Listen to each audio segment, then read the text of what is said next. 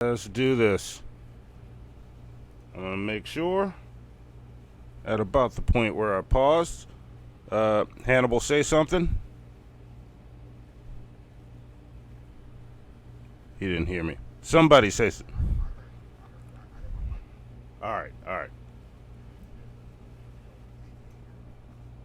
Okay. Let's do this. All right, so. Make sure. Yeah, they hear me. Yeah. Hannibal, say something. And I'm waiting for one thing. Hang on, hang on, hang on. This is a shit show, people. Somebody say something. All right, all right. Okay, let's do this. All right, so.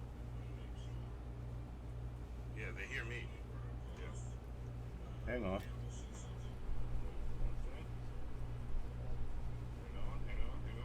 All right, so we're not hearing Hannibal audio. What the fuck?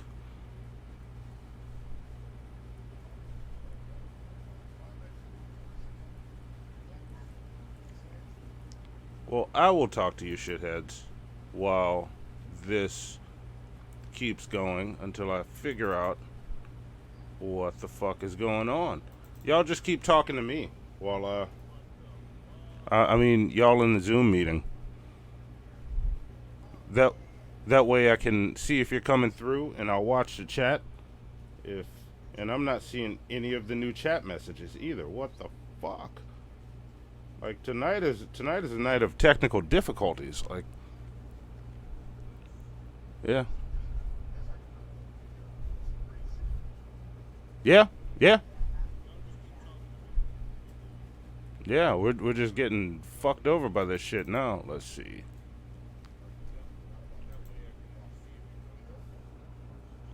I will not make you rewatch these Hellboy movies. And I'm sorry y'all are sitting here. You know what? I'm going to switch to the this shit is starting soon screen so there's at least some music while I'm talking over it. Let's see. It's going to be that.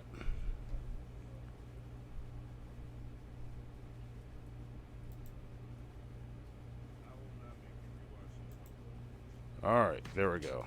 So that's transitioning. I'll still be here talking while this music's playing.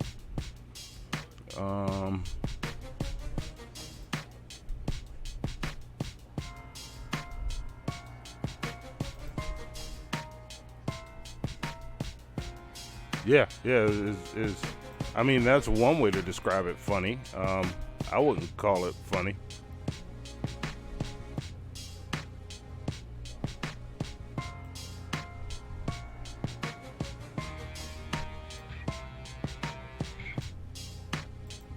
All right.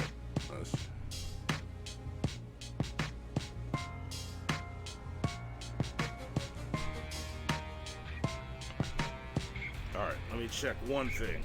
I'm just gonna keep my mic hot. So if I glance over at the chat and y'all say something funny, I'll hand out some plunger points.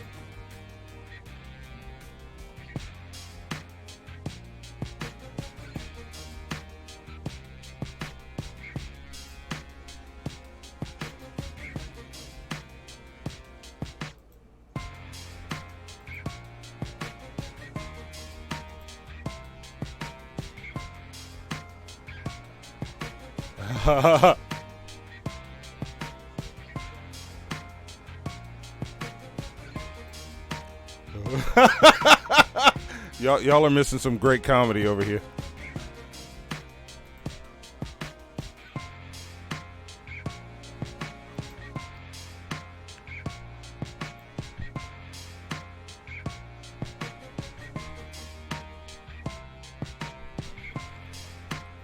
Yes.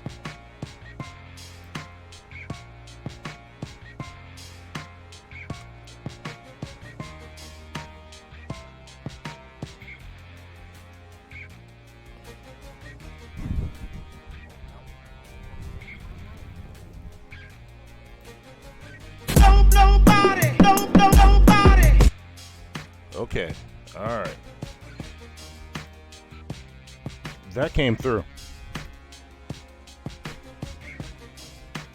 they can't hear you. So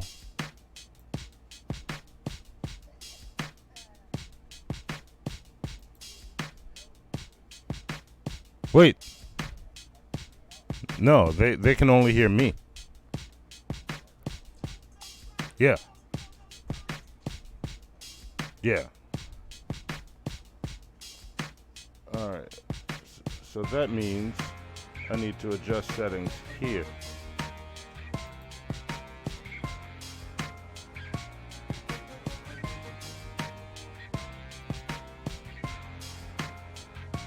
Hang on, let me get closer. I gotta walk away from the mic.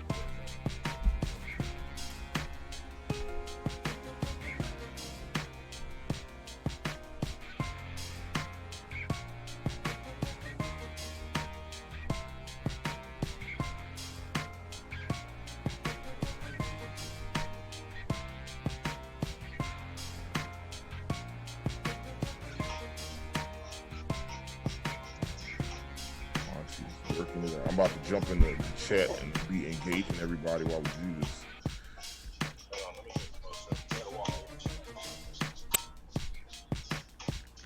They can hear you now. They can hear me now? Yes. Testing, 1, 2, nipples. Everybody. Yes, you are coming through. If they can hear me say nipples real fast. That's how I know that they can hear me. Y'all hear me say nipples, I know. Keith the man in the street says, what is this bullshit? I'm asking the same question, man in the street. Oh yeah, there you go. All right. There we go. It's time to get on to the serious business of making a shit show. So there we go. Let's do this. So everybody go ahead and mute up. I'm gonna go on and put on a shit show. I see different people saying nipples. All right, so I guess we're good. Yeah. All right, I'm muting my mic. Oh, Daryl, say something real fast. Make sure they hear you too. Yeah, I'm here. Can you hear me? I think so. Is anybody picking me up? Yeah. Let's see. All right. Let us know if y'all can hear Ace Wonder talking, everybody. Good evening, ladies and gentlemen. Kilo says, I also love nipples, Hannibal. nipples are great. You know what I'm saying? Yeah. You ever tried sucking on not nipples? It's trash. It's awful.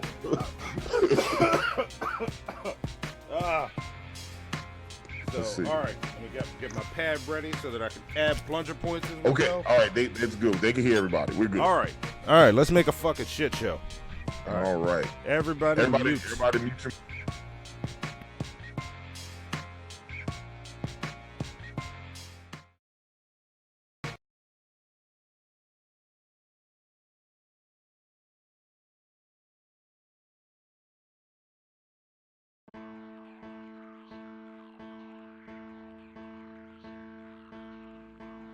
Hey there, shitheads. What's up? You know what? Hannibal and Monty are adding to the ultimate comic book movie list. I am so excited I could just shit myself. Well, I already have. See you soon. Bye.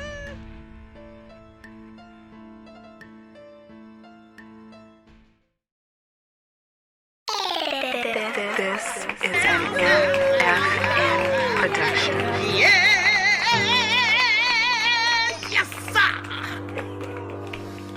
I don't want nobody fucking with me in these streets. Same shit. I don't want nobody fucking with me in these streets. I don't want nobody fucking with me in these streets. Come on. Ain't nobody got time for that. Ain't nobody got time for that. Ain't nobody got time. Ain't nobody got time. Ain't nobody got time for that. Nobody fucking with me. Nobody fucking with me.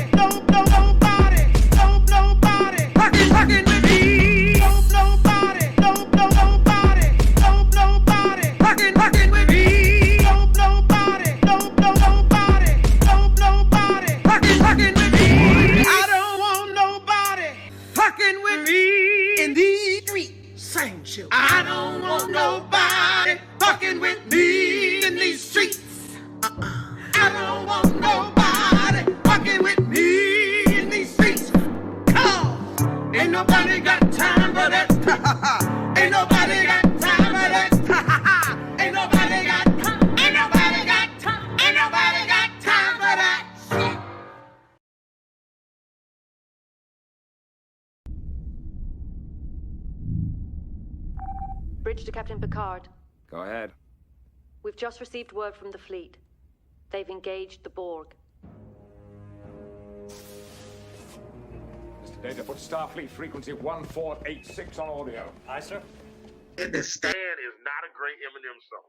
No, I did not say Stan is not a great Eminem Okay, song. what did you say? What happens when a masked producer and a headphone-wearing comic book artist get together to talk music shit, comic book shit, and political shit on the internet? Monty. Hannibal the Beat Animal. Hannibal and Monty Shit Show! Holy shit! My name gets to be in the title this time. Hannibal and Monty Shit Show. Why is my name second? What kind of shit is this? Hannibal and Monty Shit Show. Let's talk some shit. Get your shit together. Get it all together and put it in a backpack. All your shit. So it's together. And if you gotta take it somewhere, you know? Take it to the shit store and sell it. Or put it in a shit museum. I don't care what you do. You just gotta get it together. Get your shit together. And we are live. Are we live? We are live. Awesome. Okay, let's do this shit. Red leather, yellow leather. Red leather, yellow leather. Okay. Welcome to the Hannibal and Monty Shit Show. I am Hannibal the Beat Animal. And I am Monty. And this is episode 40. Maybe an episode about... Say it longer. Hold it longer. Okay. Maybe an episode about... Because there's some important shit going on here. There we go. You missed it. Hang on. I did. Play it one more time because I missed it. Let's play that over. Hang on. Here we go. Come on, play. Because there's some important shit going on here. There you go. Or. Come on, give me the or. Nope, we don't say that. Only mommy says that word. There we go. Yes.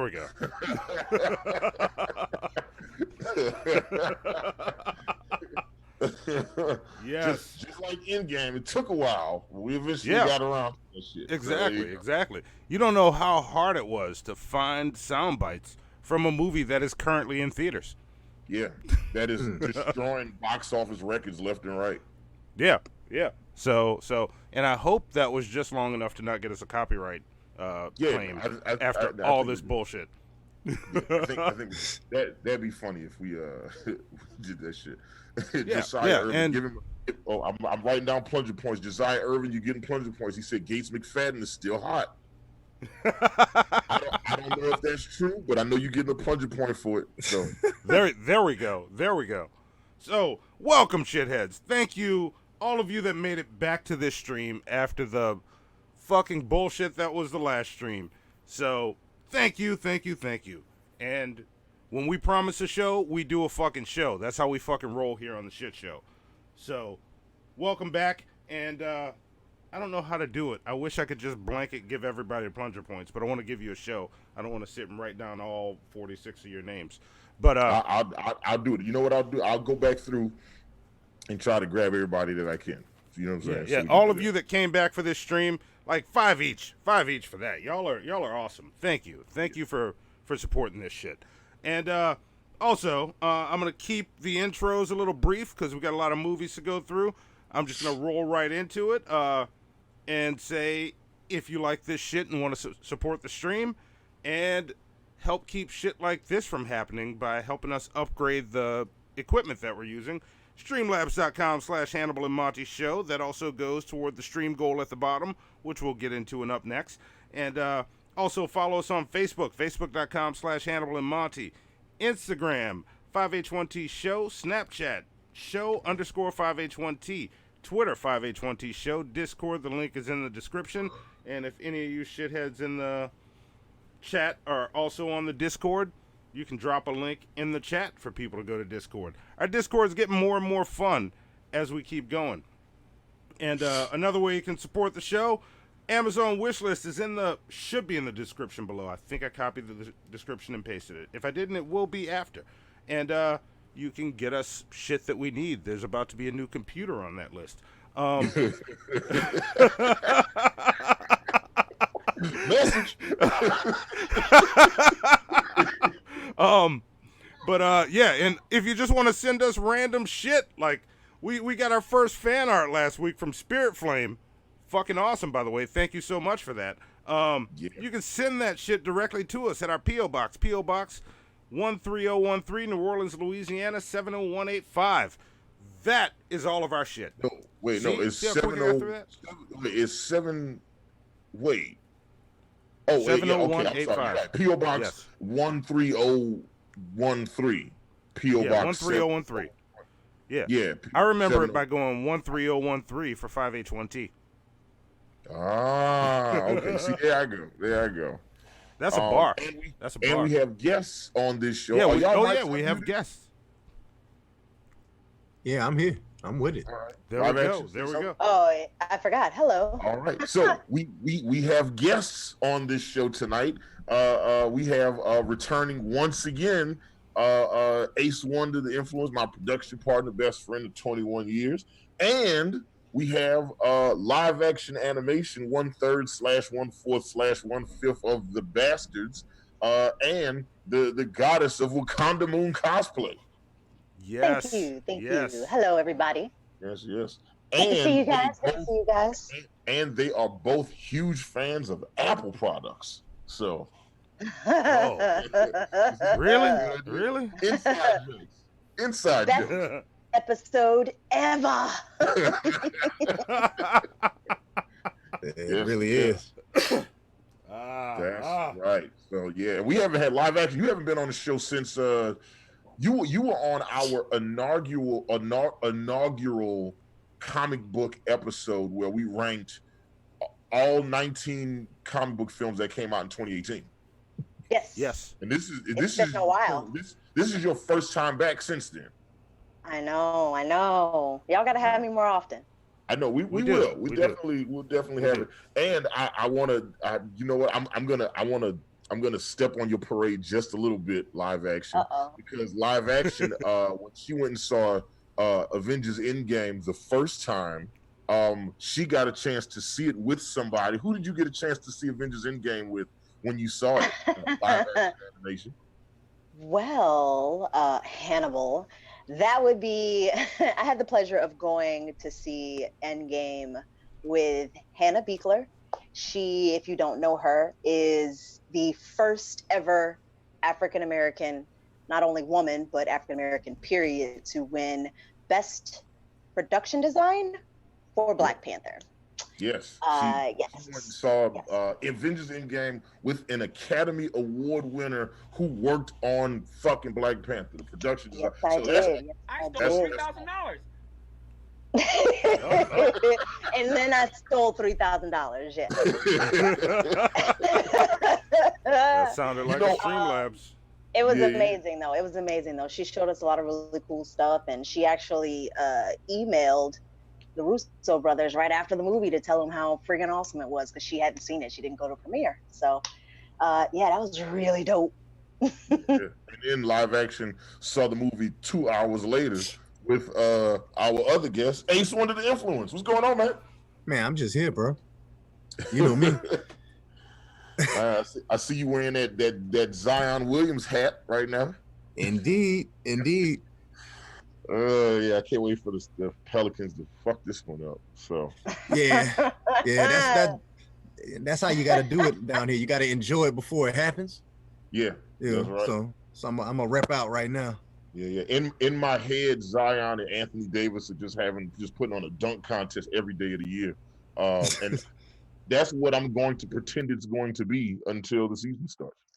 Yeah. Until the draft happens. That's what we do.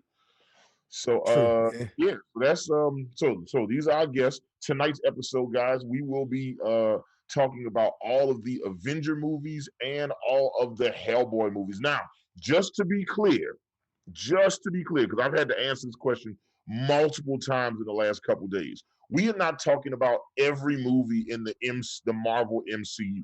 We are specifically only talking about movies that have the word Avengers in the title. Okay. And contrary to popular belief, there are 7 of those movies. There are 4 live action Avengers movies. There are 3 animated Avengers movies. And we will be talking about those 7 films along with the 5 Hellboy movies. Yes, there are 5 fucking Hellboy movies. And we will be talking about all of those shits tonight on the show.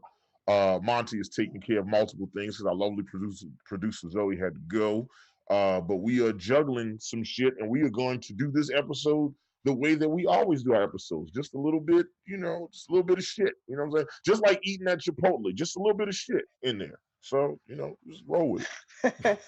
I've actually never had Chipotle, so I need to stop talking shit about Chipotle. They did a whole episode of South Park about they did a whole episode of South Park about a spray that gets rid of the blood that you find in the bottom of your shorts after eating Chipotle. They did a whole episode about it's called Chipotle Way. And it was like, oh yeah, you tired of eating Chipotle and just having like bloody draws after? Well, now you can have Chipotle and eat as much Chipotle as you want. I've never had Chipotle because I saw that episode of South Park and I was like, no, man, I don't need Wild Bows. All right, I don't need Wild Bows. Yeah, mud butt is good, but bloody mud butt is that just sounds terrible. Doo-doo smells worse.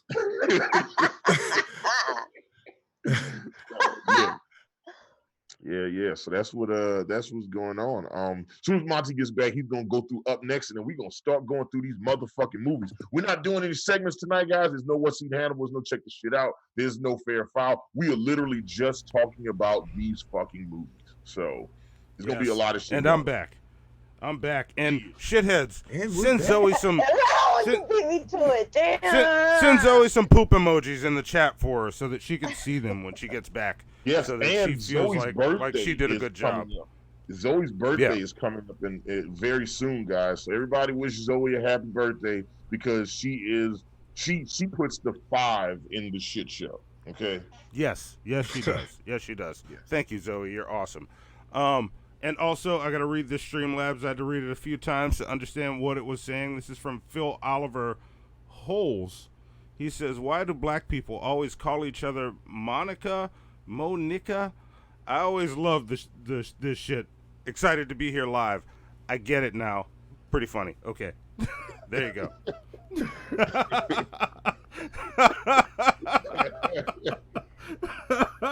Hey, look, listen. Thanks for the support. A lot of our fans, we are their black friends. So, we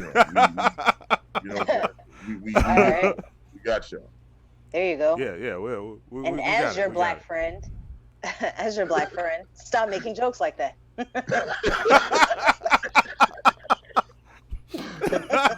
saying. Can I get live action plunger points while on the show? That's hilarious. I don't know if guests get plunger points. I don't know how that works. It's our show, so yes. Yeah. We make the rules. So, and we also got a super chat before I get to the next one. Let me read that super chat. Super chat. Who was that? Alan Reyes. He says, Monty, you should draw Ulysses from Fallout NV. Send me a picture in Discord or something. I don't know who that is. I've never played Fallout. So, but yeah, I'll draw anything. I'm open for commissions.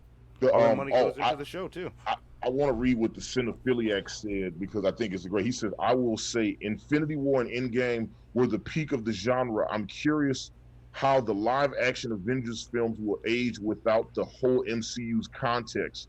And that's actually something I want to get into tonight on the show when we get to those films. Is one of the things I tried to do before we did this show was I tried to find some people who had never seen any of the Marvel MCU movies, and I was going to pay them to go see Avengers Endgame. Just by no context, just like you never saw any Marvel movies, just go see Endgame and tell me what you thought. And first off, it was very difficult finding anybody that hadn't seen any of those movies. But then the other issue I ran into was like timing issues. People said they would do it, then didn't follow through. And then as we started working on this, I found out that somebody else had already beat me to the punch on the internet. You know, the internet. So it's just, you know, the internet is fucking undefeated. So, yeah. You know, but the idea was, and the question is, can you, like, you realistically, how much could somebody with no context go see these movies and enjoy them? And how should that affect the grading of those films? So we're going to talk about that in a little bit. Not now, but in a bit. All right, yeah, we'll get to that. But Travis Thompson said you'll find a unicorn faster. But we'll get into, let's move into what's next first. Try to make it clap, cause we up next. Yes. There we go. I never not get tired of that, man. It's just because I love how it cuts off so abrupt. Yeah. It's one of my favorite sound bites. But yeah, next week the time will finally be here for the G-Man torture episode. Oh my god. Oh, fuck. Yes. The time has come, and that's gonna be a fun episode. It'll be the world premiere of G-Man's newest song. Oh, you gotta be kidding me. Hey man, I just want to say for the record that as your black friend, I'm so glad I'm not going to be on that show. It's going to be a fun ride. Yeah, I asked Monty for a while. I said, so what do I need to do to prepare for this show? He said, all you gotta do is show up. I'm doing everything. So Monty is I'm doing all the G-search. G-search. What? G-search. Oh God. The G-search. No. Oh my God. I reject that. In the name of Jesus, I reject that name. I reject that in the name of G-Man, sir. Jesus. G-Man. That's what he ought to do. For G-Man's sake, guys.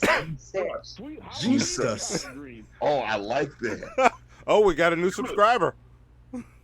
Everybody in the chat keeps saying G-Man always wins. What does that mean?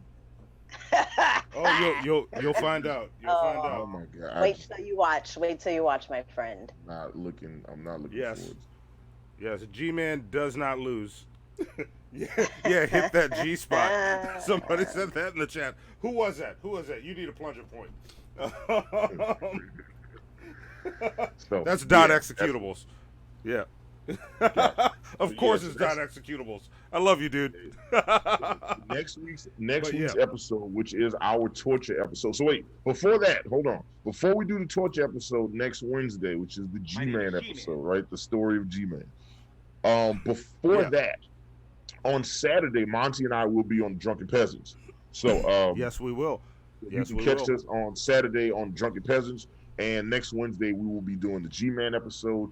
And the following week, the following Wednesday, the greatest crossover episode in the history of YouTube, Billy and Ben Pye from the Drunken Peasants, Billy the Fridge and Ben Pye, will be on Hannibal and Monty's shit show.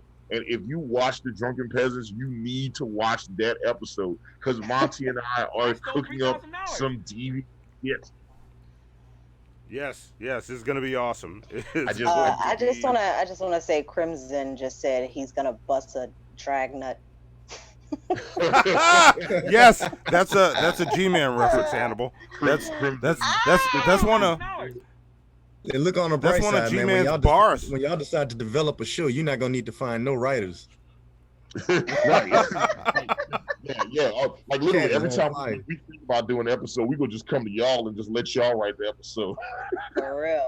Yeah. No, that's one of G-Man's bars, Hannibal. You haven't heard that song yet? Bruh, I can't. So Monty sent me a bunch of G-Man raps to check out. And I was like, and I looked at the list and I was like, I still haven't listened to one of these shits at all. I was just like, I really appreciate you not passing those on too, by the way. Oh man, you got him. Good looking out on that one. Yes. Also, shout out to Perry Bernard, Jimmy King, and George Nelson watching us all on Facebook. I see y'all. Appreciate y'all tuning in. I hope y'all enjoy the show. This is gonna be a good ass show because Whenever we do movie episodes, like I said, Monty and I have been slowly building the greatest comic book list of all time. Well, actually, this is version 6.0 of the list. And now we are going to build on this list tonight by talking about all of the Avengers movies, meaning movies that have Avengers in the title, and all of the Hellboy movies. So this is going to be, and this is a very interesting juxtaposition between doing Hellboy movies and Avengers movies, because there's a very I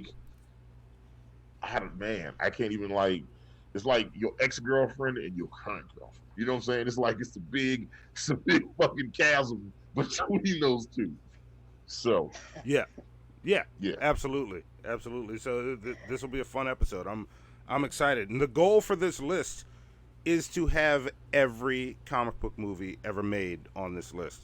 So if you look at the list, once I share the link, it's incomplete because it's incomplete, because we are building it live. Yeah, and Ace Wonder, apparently. Yeah, and everybody, just look for everybody that's seen the greatest comic book list of all time that Monty and I, the definitive comic book movie list, that look at the list and be like, wait, how come this isn't on there? How come that isn't on? It's because we haven't rated those yet. You know, we haven't, every month we're doing a few movies at a time. So in January, we did every comic book movie that came out in 2018. There were 19 movies that came out last year, you know, straight to DVD and theatrical releases. In February, we did all the black comic book movies. In March, we did a bunch of the female superhero movies. Sidebar, there are way more female superhero movies than there are black comic book movies. There's 60 female superhero movies. There are 7 black So we did those. And me and I see that y'all are swapped. I'm gonna. Okay, yeah, there we go. Yeah. I'll fix it as the episode goes on. Zoe's not here to take care of it for me. Same house. There we go. And then let's see, April we did comic book origin stories. We picked up a couple of those. This month we're doing Hellboy and Avengers. Next month Monty and I are gonna be doing all the X-Men movies. So, you know, and at some point this year we're gonna do a Batman episode. Some point this year we're gonna do a Superman episode. So yeah, there's more than enough movies, and they're coming out with new movies all the time. There's a Batman animated Hush movie coming out that I'm super excited about. The sequel to Death of Superman came out earlier this year, The Reign of the Superman, which I still haven't seen, and I've heard it's fantastic. There are so many comic book movies to go through, you know, past and present, that it's going to take us a while. But every month we're going to do one episode that's just dedicated to add movies to this list. So, and if you check out the list, there's some stuff on there like I Kill Giants. If you've never seen it, check it out. It's fucking amazing. You know what I'm saying? So, yes, it is. Yeah, and you know, there's other movies that you might not realize, like V for Vendetta or Atomic Blonde. Those are comic book movies. I watched Atomic Blonde today. Very good. Ooh, good. Well, we need your rating so we can add that to the list. Oh, you sent it to me already. Mm-hmm. Okay, good deal. All right. So anyway, Monty, so next week, you know, like Saturday we're on the Drunken Peasants, and then next Wednesday is the goddamn torture episode for goddamn G-Man, because you sons of bitches fucking decided to torture us with this goddamn episode. So yeah. I was one of Shithead's those Choice people. torture episode. And to answer Josiah Irvin, and I'm gonna stop talking so Monty can read these Streamlabs so we can get to reviewing.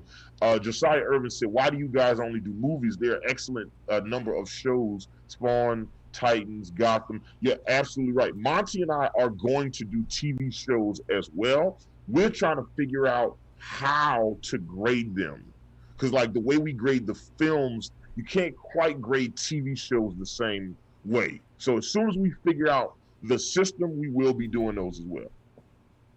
Yeah, and you know, one of the things we're talking about doing when we do that is maybe figuring out a way to do a thing where for the shit show we will grab a subscription to the DC thing, and we'll just do 2 months of DC and just grade all the shit DC has on their streaming service. Yeah, DC has some great animated films. It's like if their live action department was as well run as their animated department, they'd be in the bag. Oh, hell yeah.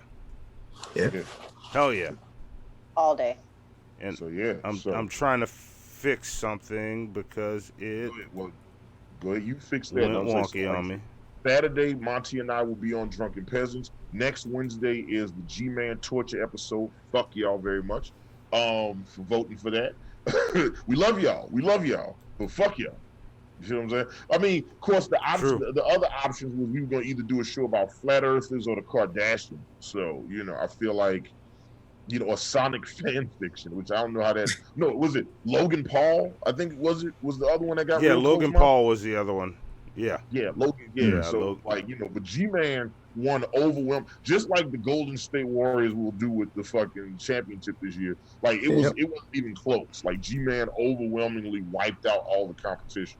And after that, after next Wednesday, the following week, the first show we do in June will be the greatest crossover in podcast history, as we have Ben Pye and Billy the Fridge from the Drunken Peasants featured on Hannibal and Monty's Shit Show. And that is an episode you do not want to miss. That motherfucker's gonna be great. Now. Yes. Exactly. I couldn't have said it better myself. And I'm about to transition to the screen that I have. And just know the cameras will be fucked up a little bit until I get it straight. But before I do that, I'm just going to go with the question I have before we start digging into the show. All right. And here it is. What's up, nigga? You want to talk some shit? That's right. Yeah. So that is an amazing question. Yes. I don't even know how to answer it. It just brings me so much silence. You know what I mean? It's insane. It's gonna be the blast. It's gonna be. Yeah. You might watch a lot of podcasts. This is gonna be your favorite. So, yes, exactly. Exactly. So, yes. So as Monty prepares to load up the first graphic, so if this is your first time watching one of these. Go. Keep going. Do your thing. So if you haven't watched any of these episodes, when we rank these movies, we basically rank everything on an A+ to F- grading scale. So we give everything grades, from an A to an F, with pluses and minuses. So you might feel like this movie's a B+, this movie's a C-, this is a D+, etc. You know what I'm saying? Like, you guys, we will factor in your grades as well. So if you've seen the movie, drop a letter grade in so we can quantify it into the mix. Oh, wait. And let me add something to that. Okay. We have it set up a little bit different so that we can keep track of all of your votes. Really? You've probably been you've probably been checking your points with Streambot. Streambot is now there to collect your grades for these movies.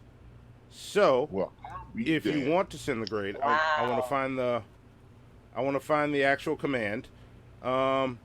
Just like you do with points. There we go. No, that's the wrong one. It's right there. There we go. Somebody sent a nickel chat. we got a nickel chat. Every time you say nickel chat, I just swear you say like nigga chat. Yeah, nigga. And I'm gonna read the Streamlabs in a second. But if you wanna, like, right now we're gonna be talking about Hellboy, not the new one that just came out, but the Hellboy that came out on April 2nd, 2004. So we're talking about that Hellboy. If you've seen that Hellboy, just like you do with your points, when you type exclamation point points, just type exclamation mark and UCBML, Ultimate Comic Book Movie List, grade. UCBML grade, and then type the name of the movie and your grade. And Streambot will save it. Exclamation point UC Ultimate Comic Book Movie. What is it? UCBML ML grade. Capital G. Do a capital G. Grade. Yeah. All right, and then I just type the name of the movie and your grade. Gotcha. Cool. See if I did that right. Okay. And it should give you a confirmation. Okay, we'll see. All right. And if I did it wrong, there you go. Grade has been added to the Ultimate Comic Movie List. Ain't that a bitch? Boy, I'm actually getting high tech on you niggas. God damn. Oh. Yeah. Imagine what we could do if we had the right equipment to do this show.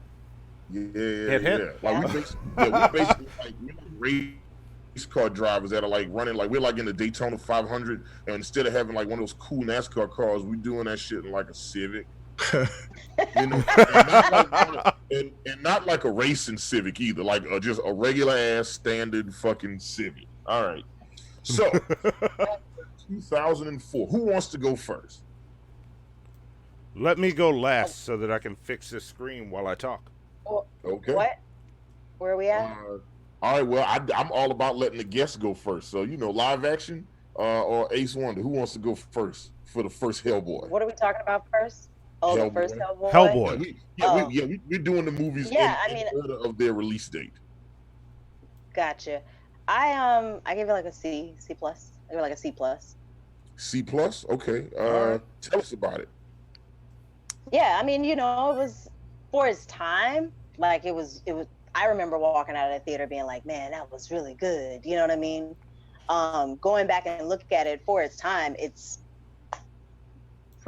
really good. But like for this time, seeing like your Avengers and stuff like that, like it was enjoyable. Like I love Ron Perlman as a Hellboy. Like I feel like he was the better one for me personally. Oh, Ron Perlman was way better than this new guy. I don't know what the fuck they were thinking with this guy. You know what? I'm gonna save my opinions for it, but I'm not going to shit on Dave Harbour. Ace Wonder, what you think? I also gave it a C plus, but it wasn't necessarily as enthusiastic as C plus. Okay. I found myself kind of bored watching it, to be honest with you. Okay. Which surprised me, because I think I remembered enjoying it a little bit more the first time I seen it. Mm-hmm. Also, keep in mind, I think I watched Avengers either right before or right after this. Mm-hmm. I know I watched them at the same time. And I remember commenting that I thought that was a mistake, but I did it now. So yeah, it was a C plus. I think the first thing that really aggravated me about the movie was the love triangle in the movie. Okay. It was like they brought the new guy in, and then they bring him all the way along, and just when it looks like it's gonna work, they introduce this love triangle for some reason. Uh-huh. And then it messes everything up, but it didn't really have any reason for being there. Right. I like the rooftop scene. Yeah. That was kind of funny, but outside of that, I thought it was kind of threw the movie off track for me. I didn't find the love triangle to be as... It looked like they were trying to do some good things, but it just felt like it was kind of sloppy. I think that's the best way I could explain it. Yeah. All right. Oh, wait, hang on. Oh, I'm stupid. I've been trying to fix the screen, and I'm pressing Control and Alt on a different computer than the one that's running the show. So that's why shit's not fixed yet. Monty got like 15 computers in his room. One for doing music, one for playing online video games, one for just porn watching. So it's like he got a lot of different. Which that's very smart, having a computer just for X and XX and Pornhub. It's like we could all learn a lesson from Monty on that one. Like he definitely Monty. So, but Monty, you want to go? Or you want me to go? You go. I want to hear what you have to say. Yeah, look. So, I remember watching these movies when they came out and thinking that like, so I like Guillermo del Toro as a director. I think he's a fantastic filmmaker. Pan's Labyrinth might end up being one of my 10 favorite movies of all time. I've never seen The Shape of Water, but it's an Oscar-winning picture. I know that last bit doesn't mean anything to Monty, but for people who give a shit about movies and awards, it's in like people that make movies saw that movie and said, "This is a great fucking movie. This might be the best movie that came out this year." So, Guillermo del Toro is a fantastic visionary. He's got a great eye. And just there was some weird shit in this movie that was like I thought the beginning of the movie was a little corny, and I thought the end of the movie was kind of corny. Like when they show how Hellboy came to be, and then when the way that like the last like 15 minutes of the movie, like in terms of how it ended, with like fucking Selma Blair dies, and then he whispers how much he loves her, and then she just came back to life. Like that shit was just lame AF. That shit just happened in the movie. It was like that bitch was dead, and then he didn't like whisper no spell into her ear. It wasn't like he whispered like some crazy double hell shit that was like, I brought this bitch soul back to life. Like he just was like, I'll go to hell and fight for you because I love you and I should have told you. And the bitch just was alive. She was dead for like 10 minutes. You know what I'm saying? Like she should have came back retarded. Okay, she should not have just come back. Yeah, but what? She came back like, I'm just playing. You know what I'm saying? What kills me about it is they did the same exact thing in the second one. Yay! See, I think this is the same as. First time. Let's do it again. I think this is the same as when we got into it over the mask, though. Like Hellboy, while it comes off as this dark movie about like the fucking paranormal and supernatural shit, it's got an element of being very cartoony and very out there and wild. Like ridiculously cartoony shit is happening in this movie. It does not take itself seriously. Yeah, you're absolutely right. Yeah, and this is one of the things that I'm gonna get into when we start talking about the new Hellboy as well. Yeah.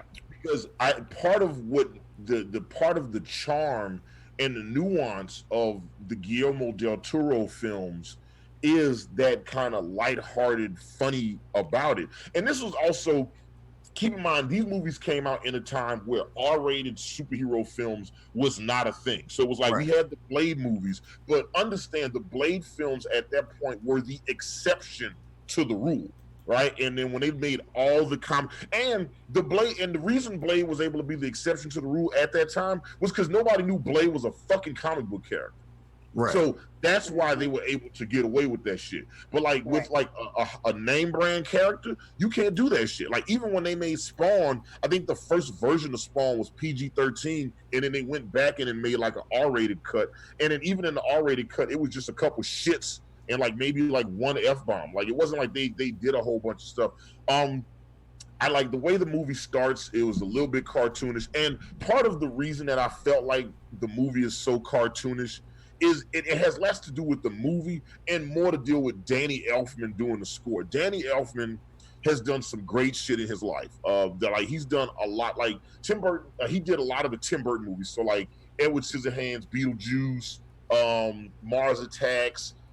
He did all those fucking Tim Burton movies, and he's also also the guy who does the music, the intro theme to The Simpsons. So his music style is very whimsical sounding, and that score with this movie, it just didn't work for me. Like I was listening to it like this is like a weird shit. Like some of the scenes, like the music is like extra dramatic where it doesn't need to be that.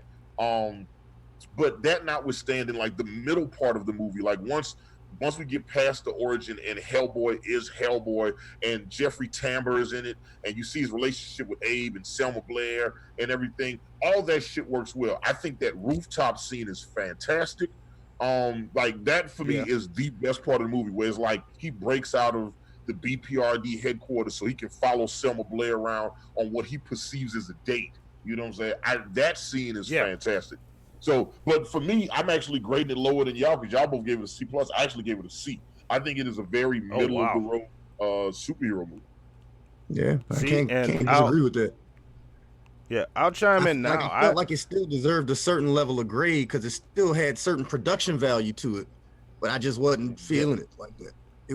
Like I would have gone to see that, and I'd have been like, "Yeah, this is okay," and I probably just wouldn't have seen it anymore. Yeah, see, I go higher than everybody, I think, because I saw this movie when I initially saw it.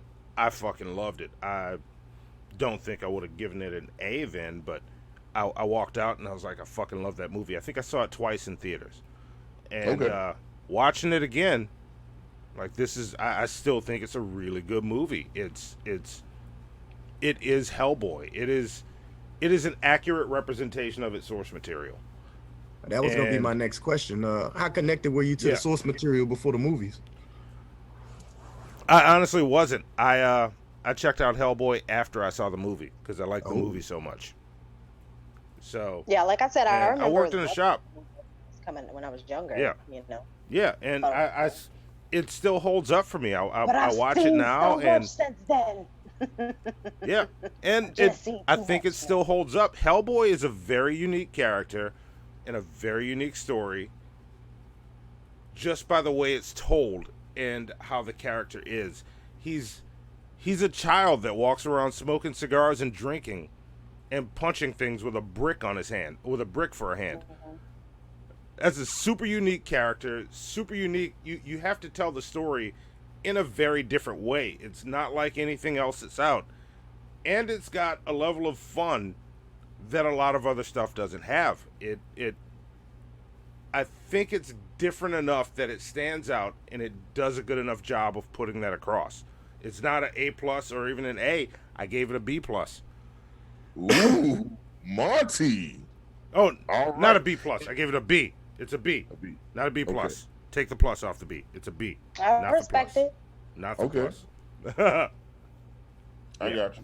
But okay. I think it's deserving of it. I think Hellboy is really good.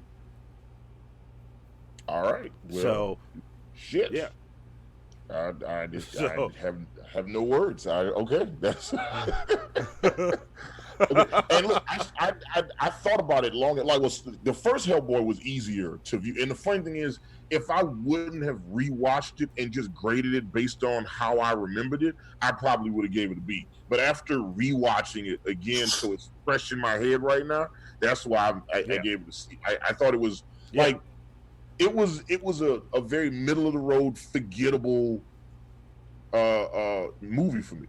It was just it was just like there are good things about it. I think there's a lot of good things there.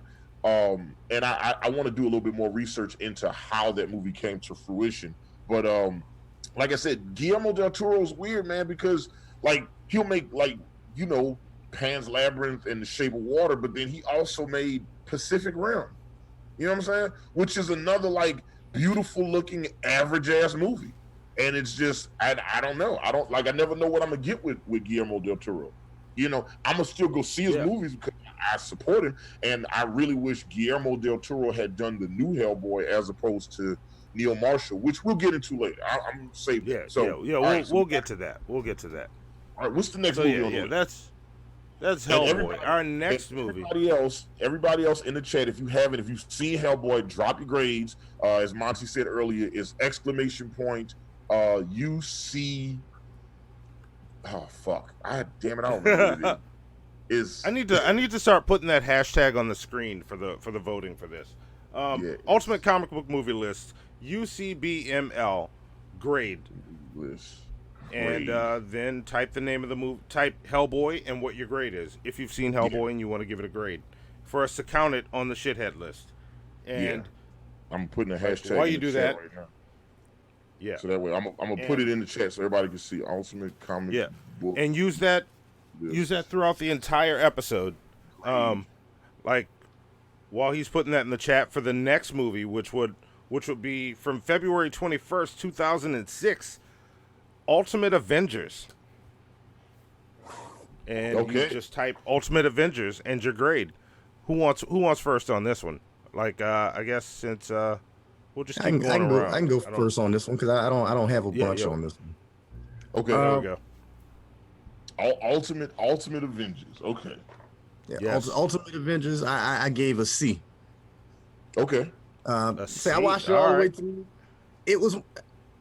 It was a retelling of the story that we knew. It just wasn't quite as sensationalized. And I think it did highlight what y'all talked about earlier. The whole time I was watching it, I was thinking about how much better DC is at that animated part of the game. Yeah. And I can't even really, I don't think I'm refined enough to even put my finger on what the difference is, but you can feel it. It's a tangible difference. Yeah, no, Warner Brothers animation is way better. And this movie is not actually, this was before the Disney Marvel deal went through. So all of the animated Marvel movies at that time were being made by Lionsgate. Okay. Yeah. Yeah. So, it definitely had a low ceiling on it, man, but I got through it though. Yeah. And this also, the Ultimate Avengers came out in 2006, and the actual live-action Avenger movie came out 6 years later. Yep. So you see the similarities in the story. It's the same. It's literally the Avengers story. It's like the end of Captain America: First Avenger leading into the Avengers movie. You know what I'm saying? And so it's that storyline. I gave this movie a C minus. I thought like I gave it a C minus. I thought it was I thought it was almost okay. Ultimately, it was almost okay. It was fine. It was funny. It got the job done. Like whenever you watch animated movies,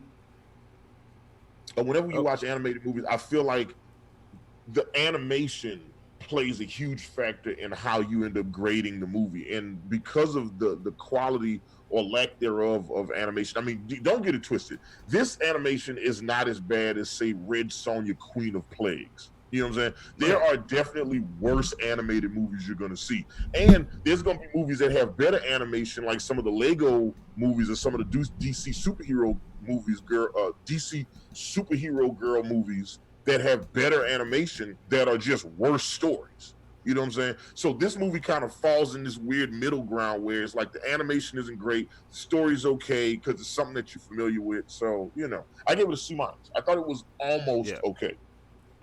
See, I saw this, and if not for the Avengers versus the Hulk scene, this movie would have gotten a much lower grade. I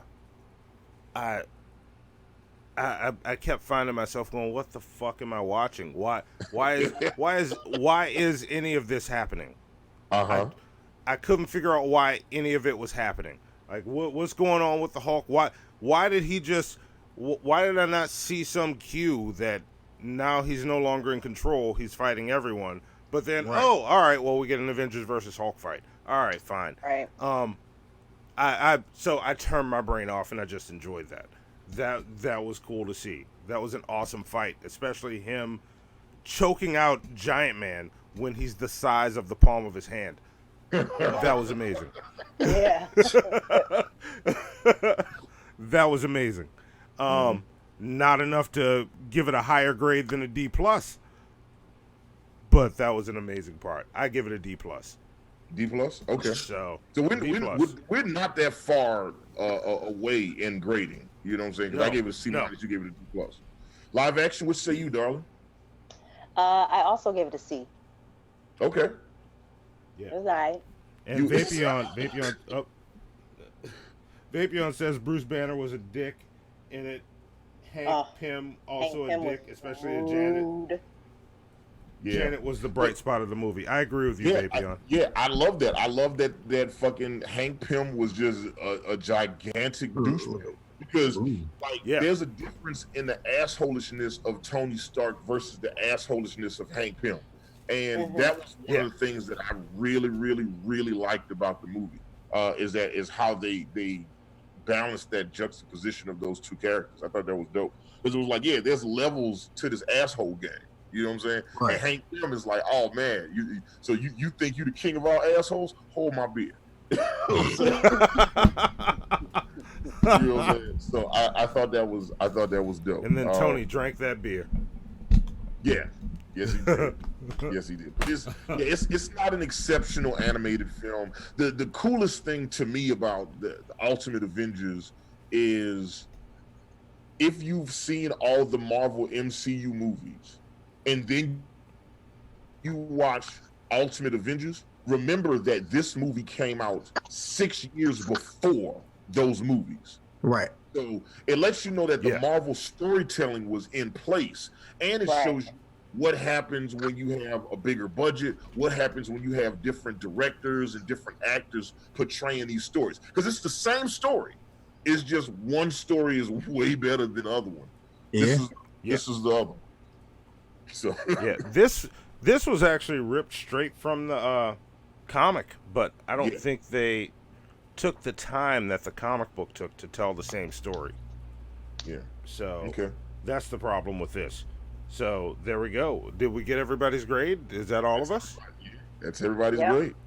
2 C's, a C minus, and a D+, huh? Yeah. Wow.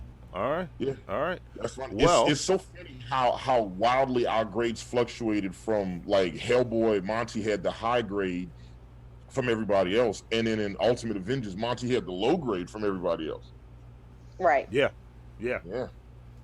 All right. So if you want to cast your last minute votes in for this, grades for this one, this is a UCBML grade, and then put Ultimate Avengers and what your grade is, and we'll calculate it. And we'll move on to the next one, which would be from October 28th, 2006, Hellboy, Sword of Storms. Oh, wow. So the first animated Hellboy. Oh, wait, no, it wasn't Hellboy. This was August 8th, 2006, Ultimate Avengers Rise of the Black Panther. So, Hellboy didn't come out till October. I'm sorry, I jumped the gun. I was ready to get back into Hellboy. Gotcha. So I'll just keep going since I started, and then we'll let you go first next, Hannibal. I think LA went first. Yeah. That'll sort of set our order. So is that what happened? Yeah, it's good. Yeah. But I'll just take it. Like this one, I was pleasantly surprised with it. Still confused as fuck because there was a lot of why are we doing any of this? Yeah. Just like the one before it. And it wasn't horse shit, but it wasn't great. It was just kind of average, and I really didn't like their take on Black Panther. Yeah. But his part of the story was entertaining. I liked how they tied it all in. I was just unimpressed, but more impressed than I was with the first one. So this one ended up getting a C- from me. So all right, I'll keep that one short and sweet. All right. So who wants it next? I can go next.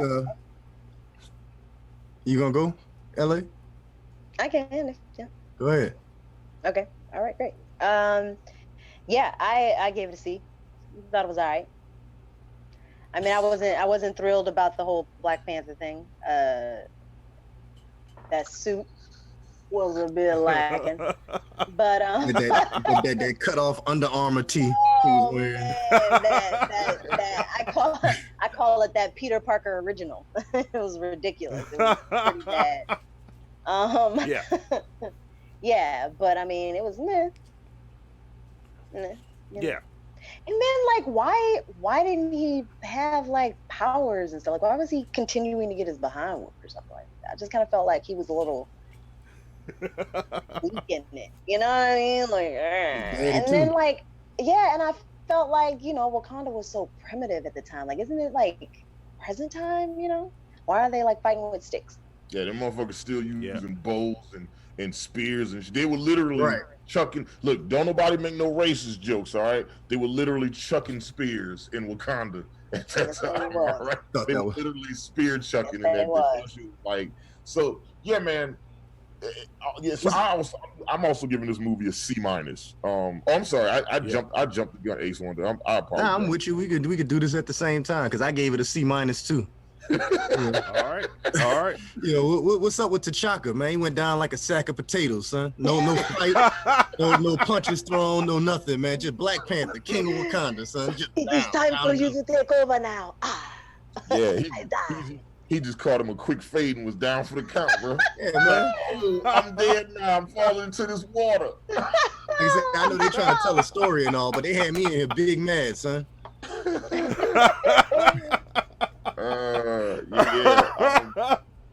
So yeah, I'm also giving Ultimate Avengers. So both of the Ultimate Avengers movies get C- for me because they're both almost okay. You know what I'm saying? Like if the voice, like you can keep the animation as is, you can keep everything the same, get better voice actors for this shit, and the grade goes up. You know what I'm saying? It's like, but they got the voice actors that they use were like the was like the standard, like, oh, you know, we're gonna call like the standard people that do voiceovers for all cartoons. You know what I'm saying? Yeah. And that's fine. I mean, you know, it is what it is. I'm not saying that you gotta go out and get fucking Helen Mirren and fucking Idris Elba and shit. Like, if you can't afford Chiwetel Ejiofor, I understand. You know what I'm saying? It is what it is. You know what I'm saying? But these niggas out here getting the voice of the fucking the Red Ranger and shit to do that voice. Red Ranger. They got the old Catwoman from fucking Simpsons doing voices on this bitch. I'm like, all right.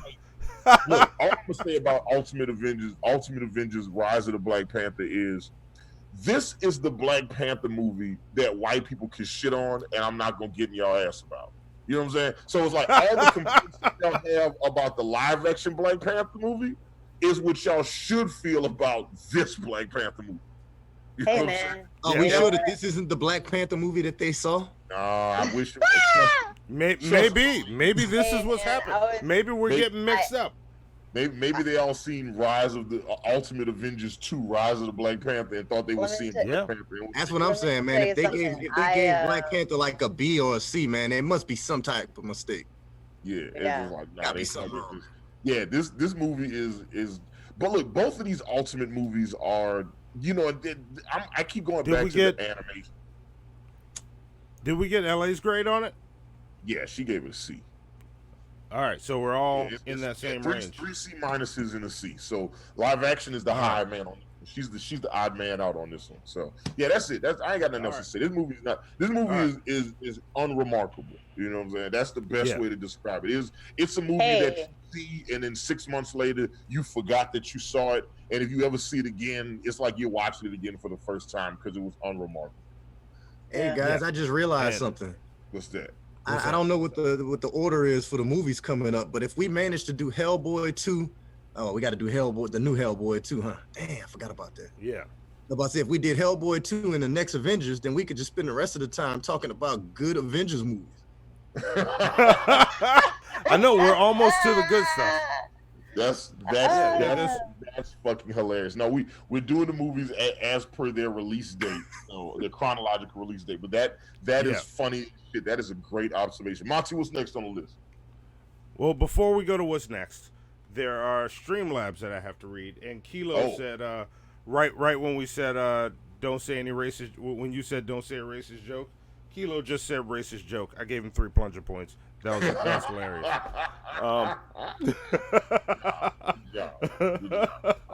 So I'm gonna go back. Dragon. Yes. No, that was good. Dragon in the West said this was earlier. He said, "I'm having a great night watching the show while playing some video games and vaping some Malibu OG. Still wondering why Doctor Strange didn't use the Time Stone to turn Thanos into an old man. Also, you can change the latency delay to real time in stream settings. Can I? Okay, I need to look that up. That's the type of awesomeness that you get from the show. All right. Because like you literally giving us ways to fix the show in real time while we do the show. That's man, the shitheads. I will look that up. Yeah. I'm grabbing my pen to write it. And then Phil Oliver Holds, the first Streamlabs that came in, said one of my other black friends told me that joke.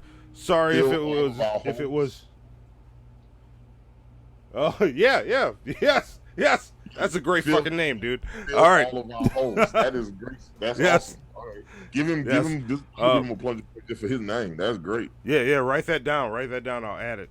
One of my other black friends told me that joke. Sorry if it was a bit of bad taste. Here's some apologetic reparations for my sins. Thank you for all you do.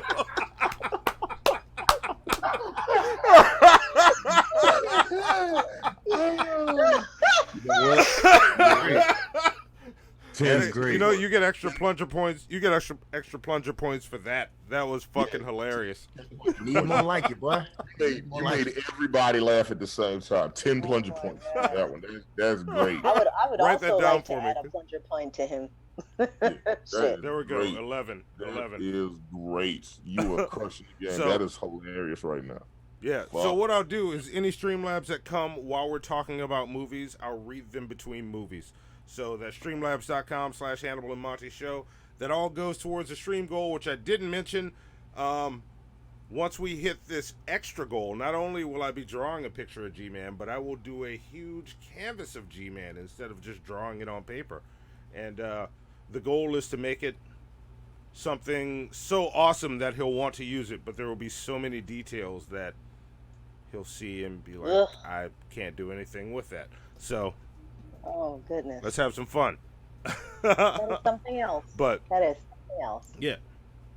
Oh, it's gonna be good times. It's gonna be good times. But we gotta keep this shit going. Now we go forward to October 28th, 2006 for Hellboy Sword of Fucking Stones. So I'm gonna let somebody else take this one first. Whoever chimes in first, take it. Who wants to talk about it? Which Nobody? one this was. Is that Hellboy 2?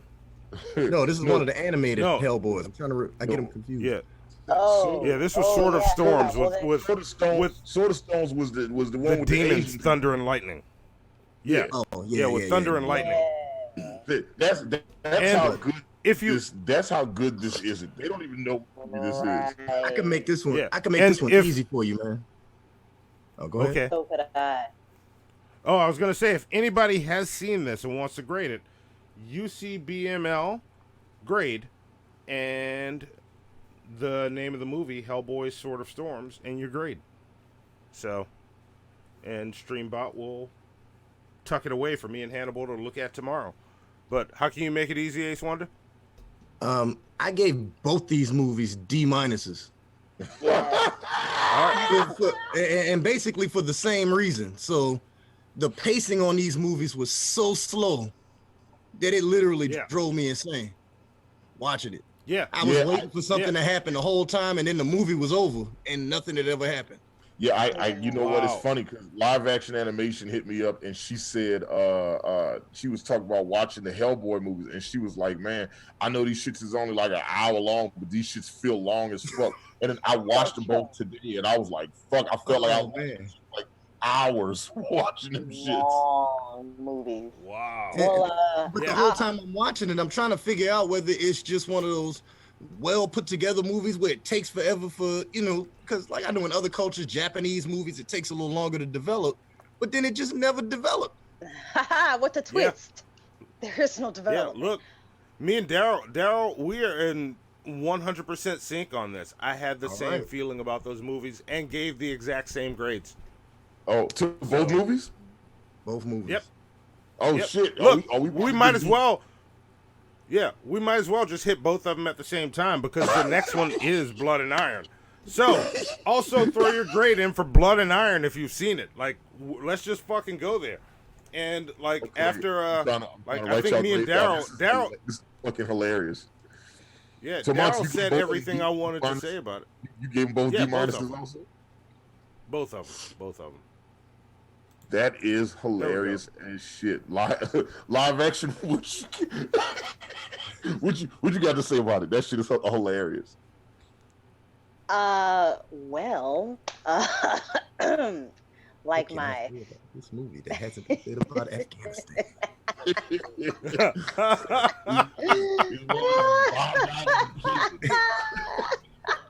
Yeah. I mean, I follow you guys. I gave them both a D minus. It was horrible.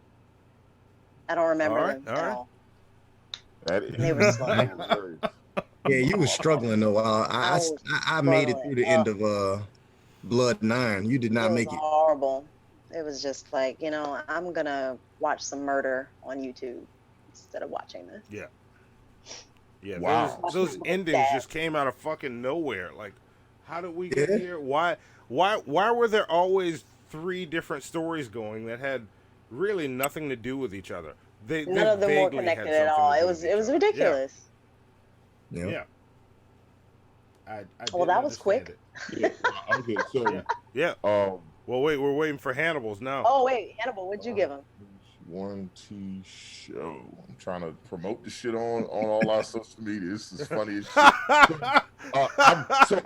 I'm the odd man out on these, but I'm not that far removed. I actually gave both of these movies D pluses instead of D minuses. Really?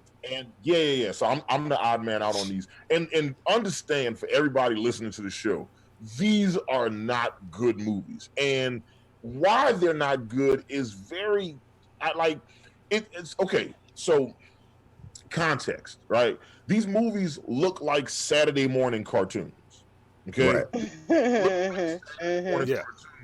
So like the animation style looks very like Saturday mornish, right? But it's weird because there's like mild cursing. There's some blood and there's some dark overtones. So I don't know who's supposed to watch these shits. Like they look too kiddish for adults to watch, and they're too adult overtonish for kids to watch. I don't know who's supposed to watch the Hellboy animated movies. I don't know who. Like, this isn't like the Spawn animated shit that was on HBO, which was fantastic, right? Yeah. This is not that. That Spawn shit, you knew when you watched it, this was not for kids to watch. This was for adults to watch. The Hellboy animated movie fall in this very weird place where it's like they're not really made for kids, but they're not really made for adults. You know what I'm saying? So maybe like teenagers or something, or like I don't know who's supposed to watch this. So the target audience is completely lost on me. They had the same actors, Ron Perlman, Doug Jones, who does the voice of Abe, Selma Blair, and John Hurt do the voice acting. They did the voice acting, and it doesn't make the movies infinitely better. Like, there's certain times when Ron Perlman is talking, I can't even really tell that that's Ron Perlman talking. Like, I'm like, I know all he really says is crap. That's the only time it sounds like Ron Perlman. Crap. The first one, which is Sword of Storms. The story is the god of thunder, the Asian god of thunder, and the Asian god of lightning. Fucking was trying to kidnap a bitch and then didn't, and then it was just some weird. Like the story was just real convoluted and all over the place for a 60-minute cartoon. Right. And the way it kind of wraps up, it was just like some ghost fox just was like, hey, go do this, and then it's just a lot of shit going on, man. It just is real weird. The second one, Blood and Iron, I liked what they tried to do here, and I want to talk about this before we move on to the next batch of movies, right? So the main story is the BPRD gets sent to check out a haunted house, right, as a favor to like a senator or a congressman or some shit like that. That's the main story, is that they're checking out this haunted house. They got a lot of haunted shit going on. The side story, right, like exactly. The side story is some vampires killed a bunch of people in this house, right? Right.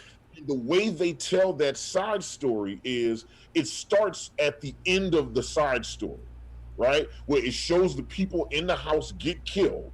And then every like 5 or 10 minutes, they'll tell you a little bit more of the story, but they tell you that story backwards. You know what I'm saying? So, like, first they show you how everybody gets killed. Then 10 minutes before, they show you the people going to the house that led them to get killed. Then 10 minutes before, it shows you, like, the woman that was supposed to get married in this house and how she got to the house. And that idea, that storytelling device is a great idea. And I hate that the execution did not match up, because that could have been brilliant. But when I tell you they just swung and missed as hard as, like, when I say swing and a miss, like, they stepped up at the bat, like bottom of the ninth, two outs, fucking swung the bat and threw that shit so hard the whole bat just went in the middle of the field. Like, not only did you not hit nothing, but you threw the bat away. Yeah, you threw the bat into the stands and hit somebody. You just fucking concussed the child. Like, it's just, and that's what that movie was. That's what that movie was. So I thought the movies were better than terrible. You know what I'm saying? It's like I see what they were going for, and it just they just missed the mark. So I'm the odd man out. I gave them both D pluses. Instead of using D minuses. But I am not mad, and nor do I disagree with y'all giving it D minuses. So. All right. Well, this is easy. Well, good. So far, but what I love about this is that we are done with those fucking movies. That we don't got to talk about them no more. So all right. Well, we're done with the cartoons. If anybody in the chat, we didn't do Hellboy 2. Did we do Hellboy 2? That's coming up next. We're about to do it next. So it's like, look, if anybody in the chat saw those movies and wanted to, and thought they were good, I would love to know why you thought they were good, because I definitely thought it was trash. Like, not trash, exclamation point UCBML. Yeah. Type the name of the movie and the grade if you want your grade to count. This is the list that will be posted on our website. So your grades will be part of it. So, all right. Yeah. So we'll move on to the next one. No Streamlabs games. If you send to Streamlabs during a movie, streamlabs.com/Hannibal and Monty Show. We'll read them after the after we're done talking about the movie. And the next movie is July 11th, 2008, Hellboy 2: The Golden Army. What do we think of this one? Who wants to go first? C minus. Oh yeah. Same. Damn. C minus. Damn. Live action also. I'm sorry, man. I know. I feel like me in going back after these Hellboy movies, I got off on the wrong foot, man. And once I got off there, I just couldn't get back with them. So I went back in for the second movie, and I felt even less connection to it than I did the first time. Really? Like the first movie, I didn't really notice how useless some of the ancillary characters were, at least physically. Like with the fish. Mm-hmm. Like he's basically like Abe? a C-3PO. Yeah, Abe Sapien. Slightly more useful than C-3PO. I don't know. I didn't enjoy it, man. But it was still still like an action movie. It still had your regular go to the movies explosions and fights and stuff like that. So I couldn't give it like a D. Right. It was a very average experience for me. So I gave it like a C straight across the board. All right. What about you, live action? Yeah, C minus. I'm sorry. Yeah, I also gave it a C minus. It was all right. So 2 C minuses. Meh. All right. Well, like I made it through. You know, it was good. It was good background fodder. Copying off my paper. What? No. Copying off your paper. Shut up. We are in disagreement here because I actually thought this one was better than the first Hellboy. I thoroughly enjoyed this movie. Oh, really? No. Yeah, cool. And I can't remember the character's name. The general that the new guy they brought in. The first scene I saw him in. Oh, the Johan guy. Yeah, he was dope. Yeah. The first scene I saw him in, I'm like, oh, I can't stand this guy. Why are we doing this? And he grew on me like genital warts. It was he Okay. Like the more I saw him, I was like, all right, I'm digging this guy. He's awesome. You know, much like you digging the genital wars. But no, it was. I thought this movie. I thought that they took everything that the first one set up and built on it. I love the relationship with Hellboy and I always blank on her name. Kate? Is it Kate? No. Blair. Yeah, she was real blah to me. I love what I love that they went further into their relationship. And one of the things that we didn't touch on with the others, and they don't in the cartoons, was that how their relationship works. How she is this uncontrollable fire, and he's fireproof. Yeah, that's a really good parallel with them. Like, yeah, they probably could have. They probably could have delved more into the fact that a priest from the Catholic Church raised the devil too. Yeah. And that'd have been an interesting dynamic. This one to be. Yeah, I found this one to be a really fun ride. It was much more fun than the first one. We got up, we started moving, and we went there. Like it was that same ride all the way through. This was a fun movie. I gave this one a B+. I think The Golden Army is really, really fucking good. Ooh. I will watch this again. All right. Well, yeah. Well, Monty is the odd man out on this one. I gave this movie a C+. And I wrestled with this one for a while because I didn't know if I was going to give it a C or a C+. Once again, like with the Hellboy movies, there's good stuff about the movies, and then there's trash about the movies. And it was like I think just from the initial opening sequence with like the kind of marionettes, stop motion motion comic intro. I thought that shit was like how they illustrated the war between the humans and the elves and how they damn near destroyed the earth. I think that's awesome. I think when they show like the young kid Hellboy talking to Professor Broom about and then he's watching Howdy Doody. He reads him the story. I think that was dope. Like I thought there was a lot of stuff that was fantastic about it. And I told Monty this earlier. I thought the Goblin market was fantastic. I mean, the troll market. Yes. I thought that shit was fantastic. From the moment they walk into the troll market to the time that scene ends, that shit is amazing. Because Guillermo del Toro, the way he designed those characters, like everybody there, every character designed in that market has a unique look that stands out, and it's just some strange shit to look at. And you know what that setting reminds me of? You remember the stage in Resident Evil 6 where they go to China and they're down in those flea markets and stuff? Yep. Yep. It's very much like that setting. Yeah. Yes, it is. It was very much like that. And there's a couple movies that do stuff like that before. Mirror Mask did something like that. Labyrinth does something like that. Pan's Labyrinth did something like that, which makes sense because Guillermo del Toro did Pan's Labyrinth as well as Hellboy. Yeah. Like the way that shit looked is amazing to me. Like every character stood out, specifically when Princess Nuada, Princess Nuala, I think, when she goes to hide the scrolls, or she goes to hide the scrolls, the guy whose shop she goes into, like his face is like a building. You know what I'm saying? Yeah. Carved into the side of a cliff.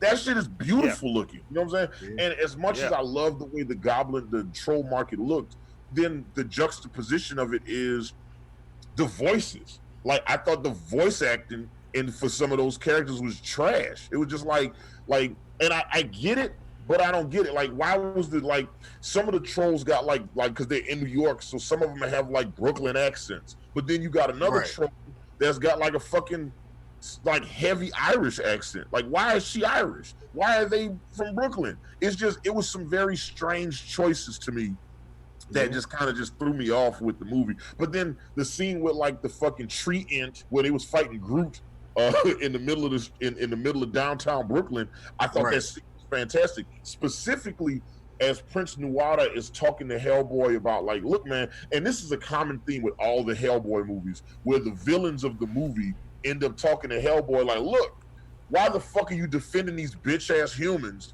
You a monster. I'm a monster. We should be fighting together to take over this shit. You know what I'm saying? Let's go monster it up. And they never really answer that. Yeah, it like he always just be like, he love his bitch too much, so he just not gonna he not gonna do it because he love his bitch, he love his daddy, so he ain't gonna do it. But I love that like the scene specifically when he has to make the decision to kill Groot, when he has to make the decision to kill the tree ant. And it's like, look, he's the last of his kind, just like I'm the last of my kind, just like you're the last of your kind. You're gonna fucking kill him, somebody who's like you, because they told you to do that? Fuck you. You shouldn't do that shit.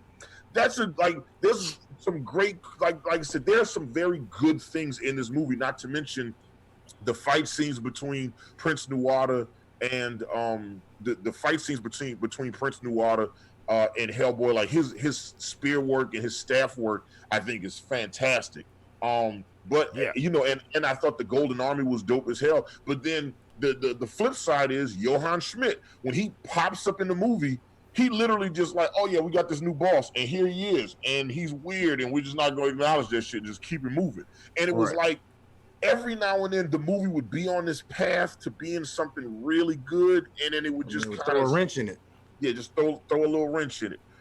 See, and I didn't find those things to be wrenches though. Like him just popping in like that added another level. I'm like, oh, what are we gonna do with this guy? How does this work? You know what's funny? When he popped in like that, I mistakenly thought I was watching League of Extraordinary Gentlemen. Yeah, it did very League of Extraordinary Gentlemen fucking feel to how he came in there. Like I said, that scene when Hellboy thought he killed him, that scene was fucking great. That was a good scene. Where he just fist the dooms him in the head, and he's like, oh crap, and all the smoke's just pouring into the lockers. I'm like, fuck. And then he just leans up. He's like, well, crap. I guess I did that. Then he gets his ass kicked by lockers. I weighed the pros and cons on this because I floated between a C plus and a B minus for a very long time because I was trying to like, was this movie better than average or was it almost really really good? And I'm still torn on it. Like, but like right now I'm giving it a C plus. Like before the show's over, I might think about it and change it to a B minus. But right now I'm on a C plus on this movie because I'd say give that movie another watch. That movie is really good. I definitely don't think it's really good, but it might be almost good. It might be almost good. It just that's what I'm right now. Right now I'm landing on C plus, but I'm not ready to die on this hill just yet. So I'm gonna see how, because like I said, there's some really really good things about this movie, and then there's just some other things about the movie that's just like, because I think the chick that plays Princess Nuala is I don't think she's a very good actress. I don't think Selma Blair's a very good actress either. Like I think both of them could be replaced by any other female actress and do a better job. And I think both of them kind of weigh this movie down a little bit. But like I said, there's a lot of good stuff in there. Like when the scene where, like, because a lot of it that's great about the movie is the visuals of the movie. Like when they get to the Prince Nuada stabs Hellboy in the heart, and they have to go to the fucking Goblin Tunnel or whatever so they can find the Golden Army and shit. And then dude pops up out the ground. He's only got half a face. You know what I'm saying? And just that whole scene. And then the chick that has to take the spear out of Hellboy. Like the design of that character is like, there are some beautifully designed characters in this movie. And I wish the script I wish the screenplay was as good as those characters look. All right. You know, I'm still feeling like we watched different movies, but we'll get into that later. We'll get into that another time. Me live action and Ace Wonder on the same page. You the one that's on a different page. I know. Look, but look, it's just can be wrong. That's fine. Well, no, you're also on a different page on. Matter of fact, both Hellboy movies actually. Well, both the live action, but not the the animated. Now the animated, I'm the odd man out because I gave D pluses. Everybody else gave D minuses. I thought the live actions were good. And look, I think, and I'm gonna say this to everybody in the chat, like, you know what I'm saying, I tell everybody this: don't just go based on my opinion. Go watch it and tell me what you thought about it. You know what I'm saying? So I might think the movie's amazing, you might think the movie's terrible. Let's watch it and talk about it. You know what I'm saying? So and if you want to leave your grade for it, UCBML or !UCBML space name of the movie, Hellboy. You can just put Golden Army and your grade, and Streamlabs will save that shit. Yeah, so if you saw the movie, because it's not. If you saw it. And look, also with some of these great ratings, guys, look, some of y'all need to go back and revisit these movies because some of these movies ain't as good as you remember them. All right, like something that you watched when you was 10 that was great, you watched this shit when you 20, and you be like, nah. Yeah, man. When I was 10, one of my favorite movies was Leonard Part 6. Yes, I remember Leonard Part 6. Yes, when I was young, I used to love that movie but I loved that movie because I loved Bill Cosby. You know, what it's I'm so saying? ironic now, though. Yeah, and it's like my dad took me to the theater to see that movie 3 times.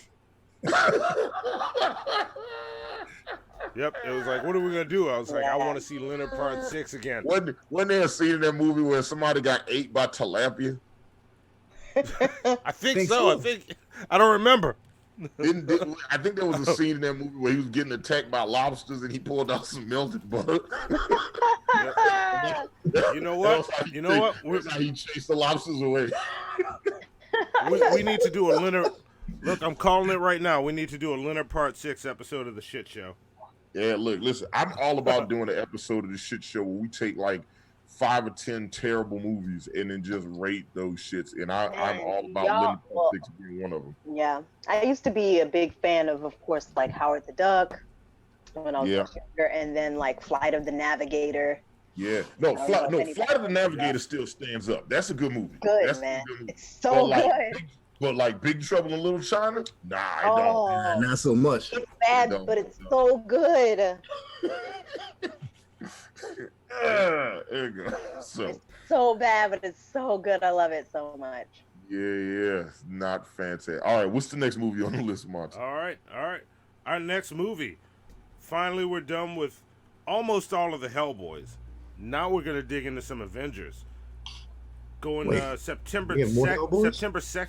We got one more Hellboy. Oh yeah, the new Hellboy. I'm sorry. Yeah, you're right. Yeah, Y'all that's have coming later. So this is gonna be me and Monty. That's gonna be gonna be real easy to talk about.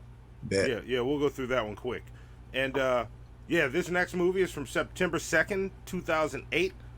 Next Avengers, Heroes of Tomorrow. Oh shit, you okie doke me. I thought we was doing a good Avengers. I didn't realize we still. Oh, I know what I was doing. Yes, you did. Monty kicked us in the. Did you change the graphic? Oh yeah, there it is. I got the graphic. All right. So the next. This is the comic book version of them, but I don't really know if you should give me a grade on. I don't know if you should take my grade on this one. I went to sleep about half an hour into this one. Oh no! Oh shit! Yeah, we can't accept your grade. Yeah, you can't accept mine either because I don't. Did you? I tried to watch it the other night. I don't think I saw that one. Well, I guess it's just me and you grading this one, Hannibal. Okay. Is that the next Avenger one? Yeah, that's the kids Avenger movie. Yeah, no, I didn't see that. Yeah. Let's talk about this then. You want to go first, Mom? Or do you want me to go first? Yeah, I'll take it first. There was, of the 3 Avengers cartoons we watched, I think this was the best. Dragon in the West said I missed the Streamlabs. I will catch that Streamlabs after this. I'm sorry, Dragon in the West. I'll get to it. Dragon in the West, this ain't gonna take long at all. Yeah. You only gotta worry about next Avengers taking long at all. Yeah. Like I was saying, of the 3 Avengers cartoon movies, I think this was the best, which is sad. Because it wasn't that great. But I like the idea. The follow through got a little fucking kiddie at times. Like I prefer, if you're gonna get kiddie, you go Pixar kiddie. Right. You know, where it's like it's for kids, but it's like there's still that sense of danger. But I did love the build up of them getting to the Hulk at the end, and the big Hulk versus Ultron versus the Kid Avengers. They really got to shine in that. That scene was awesome. All of that, the entire movie felt worth it to me getting there. Not saying this is a great movie by that, but I'm saying I saw what they were doing. They laid out a path and walked straight down the line to it. They didn't take any extra twists, the only twist was Hawkeye's son popping up, but we knew that was going to happen from the very beginning. So that was the only twist they threw in. I actually gave this one a C-. I rated the same as I did Rise of Black Panther. It was about that level. I can see that. But a slight bit better.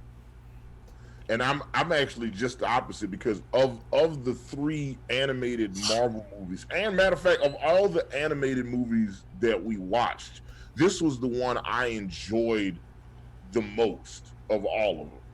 Like, I enjoyed this more than the 2 animated Hellboy movies and the other 2 Avenger movies. And I'm saying that essentially, and I'm saying that for one reason only, because the ending fight scene with the Young Avengers, with the Iron Avengers and Ultron and the Hulk and all of this shit that just went along with it, I enjoyed that fucking fight scene. It took a while to get to, but when they got there, I was like, you know what? I'm with the shit. Look, Next Avengers is a Saturday morning cartoon for children. Period. Right. Full stop. End sentence. It is made for very young kids, and that's that. And what does Hannibal always say? I do not grade kids' movies on a curve, okay? I grade all movies the same. I grade them all by the same system. So I'm going to judge this movie next to Forrest Gump and The Sound of Music and The Lion King and Star Wars and Lord of the Rings and Godfather and Goodfellas, and I gave it a D+. You know what I'm saying? I think I gave all, like even though I rated the other Ultimate Avenger movies higher, even though I enjoyed this one more. This is still a kid movie. This is still a kid's movie, and at the end of the day, there's some shit in this movie that's just still just dumb as hell. There's just like this dumbass. It's just dumbass kids doing dumbass kid shit. So first off, and like just talk about one thing in particular. And this is something that only Monty is really gonna be able to appreciate this shit. So yeah. Oh, shout out to Vapion because he said Pim's son was annoying. Right, he was annoying as fuck. Like the movie centers around. So this is the setup for next Avengers, right? The setup is the Avengers, been saving the world, kicking ass, taking names, fighting aliens, Loki, Thanos, etc. Then they get to Ultron, and Ultron kills all the Avengers. All the Avengers are fucking dead. The only two that survive are Hawkeye, Thor, the Hulk, and Iron Man. Thor has gone back to Asgard, so he's not even helping us no more. So fuck him. And he basically ends up just playing God in the movie at a certain point. Right. So Thor goes back to Asgard. He's not helping out. Hawkeye ends up going to Ultron City, and trying to create a resistance. Eventually, end up getting killed. We don't even see him. They just tell us he died later on. Fucking the Hulk has been hiding out in a desert so he can be as far away from people and he doesn't cause any harm. And old man Iron Man, Tony Stark, is basically raising the children of all the Avengers in a secret facility he has in Antarctica, or the Arctic Circle. And you basically have Thor's daughter, who's a cunt. You have fucking the Wasp and Ant-Man's son, who's a little bastard. Right. You got fucking Captain America and Black Widow's son James. Wait, what? Who's like the faggy loner kid. Yep. Not faggy like gay. Just I'm sorry, I shouldn't have said faggy. I meant he's just that extra just lame fucking loner kid. Like, oh, I just do everything by myself. I just do. She's like, he's that fucker. And then you got Azari, who is Black Panther's son, and his mom. Black Panther and Storm's son. Don't step on my parade, man. Let me do this. Oh, I'm sorry. I'm fucking you up. I'm fucking you up. I'm doing it. So because I'm fucking you up. Because Disney and Lionsgate don't own the rights to the X-Men properties, it's Black Panther. It's T'Challa's son with his queen. But his queen is obviously Storm from the X-Men because the little nigga got all Storm powers. And he got all the Black Panther powers. But they can't say Storm is his mama because they don't own the rights to these characters. So it's just, that's what it is. And it's just, and these kids, basically were able to defeat Ultron, right? When the real Avengers all got fucking murdered. You know what I'm saying? But these little bastards was able to defeat Ultron. So it's like, nah. Like, look, it's a Saturday morning kids cartoon. Is not very good, but that ending fight scene was fun. I enjoyed it. Like watching the kids fight the Iron Avengers. I thought that shit was all right. I was entertained by that last fight scene. I'm not suggesting anybody, like, I'm not saying that the movie's good. I'm not saying you should watch it because I think it's good. I think you should watch it, make up your own mind, and tell me what you think. But this movie is not great. I gave it a D+. Yeah, and I wanna say real quick 2 things. Emily, you're getting 5 plunger points for posting that Discord link. I was about to ask somebody to share that link. And Vapion just had a good point. I did like, Vapion says, I did like calling the Avengers the soldier, the spy, the god, the knight, the king, the ghost, and the archer. That was awesome. And I was actually gonna say I really liked the way that the movie started. 5 points to you for that. Yeah. Yes, that was fantastic how they did that. Yeah, how they came up with nicknames, and then I love that the kids also didn't know that Tony Stark was Iron Man because the world that they live in that Tony is protecting he's got them sheltered from the outside world, so they don't really have access to certain things, like the internet. But they also don't have access to clothes because these kids wore the same shit the whole. Everywhere they went, they never changed. They always wear those clothes. You know what I'm saying? That was all they had. Yeah. At one point, they're in Ultron City, running around like with Hawkeye and a bunch of kids wearing garbage, and they ran out of budget. Wearing garbage, and that shit was literally like playing a video game, like where you be running on a 2D platform, and then the floor would just fall out from underneath you and shit. You gotta try to jump, like they literally was like fucking just like old school Mario Brothers on this shit, bro. That shit was crazy, man. I gave D+. What's the next movie? Goddamn. Yes. All right. Look, before we get to it, remember while I read these, there's a nickel chat that I didn't read, and the Streamlabs I didn't read. So UCB or exclamation point UCBML space, the name of the movie. This is Next Avengers, and your grade, and we'll add your grade to our list if you've seen it. So, I'll go with the nickel chat first. From Alan Reyes, he says, "Don't forget G-Man's Call to the Atheist Experience." Oh, that's season 3, the G-Man Experience. Better safe than sorry. This nigga Monty created seasons of G-Man. What the fuck do y'all got me wrote that for me? God damn. All bad. He said season 3 of G-Man. What? Yeah, season 3 of G-Man. The title of that season is the G-Man Experience. Better safe than sorry. So get ready for that. Fun stuff. Speaking of fun stuff, now that we've gotten through all those movies. Well, wait, one more. Dragon in the West said, "Time to add more Hannibal and Monty's shit show comic book movie lists, aka Black IMDb. Anyway, here's some cash. Thank you, Dragon in the West." Yes. That's not wrong. No, that's not wrong at all. No, that's not wrong at all. You know what, Dragon in the West? I'm giving you plunger points after I say what the next movie is, and let somebody else go first. And now, this one is not a tease. This is real. Now we get to the Avengers. We finally make it to Star Wars Day in 2012, May 4th. Really? Yes. Wow. Okay. Avengers hit theaters. It was also Free Comic Book Day. All of this happening at the same time. They knew what the fuck they were doing. Okay. And Jazz Fest, all at the same time. Oh yeah. They planned all that shit. They planned all that shit around Jazz Fest. They knew what they was doing. Yeah.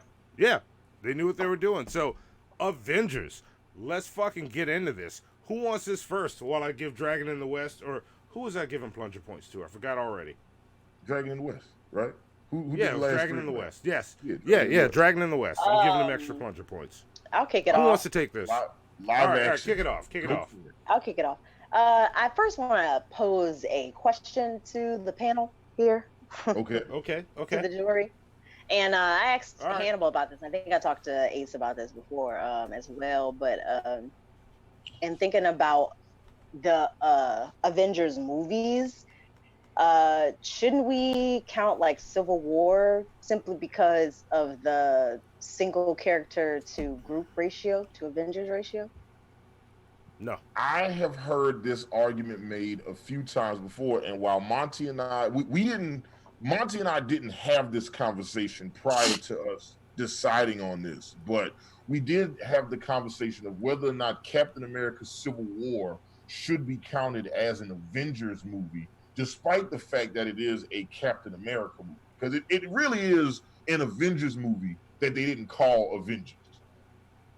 Yeah. Right. Basically. Yeah. I mean, because when you think of how many characters, with the exception of Thor and Hulk, everybody else was in the movie. Yeah. So it wasn't like, Winter Soldier, where it was literally like 2 or 3 characters and so on and so forth. They're all super divided and they all come together for an Avengers film. So I just felt like Civil War is kind of like a honorable mention Avengers movie.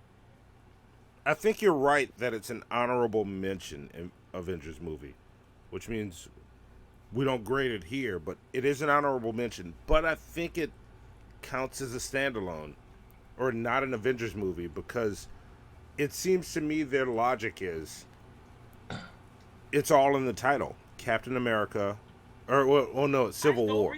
But I'll get to that Streamlabs after Avengers. That shit is hilarious because it comes out of nowhere. But, is that still the goddamn? Yeah. Yeah. It's like I get it, G-Man. I get it. Come talk to us so that we're not talking shit about you behind your back. You can always watch it, but you can be here while we talk about you. It's out there. But no, the story is, while there's all the other shit going on, there's also coming from Winter Soldier. We got a Winter Soldier problem in this movie. And that's what we're dealing with. We're dealing with Cap's problem.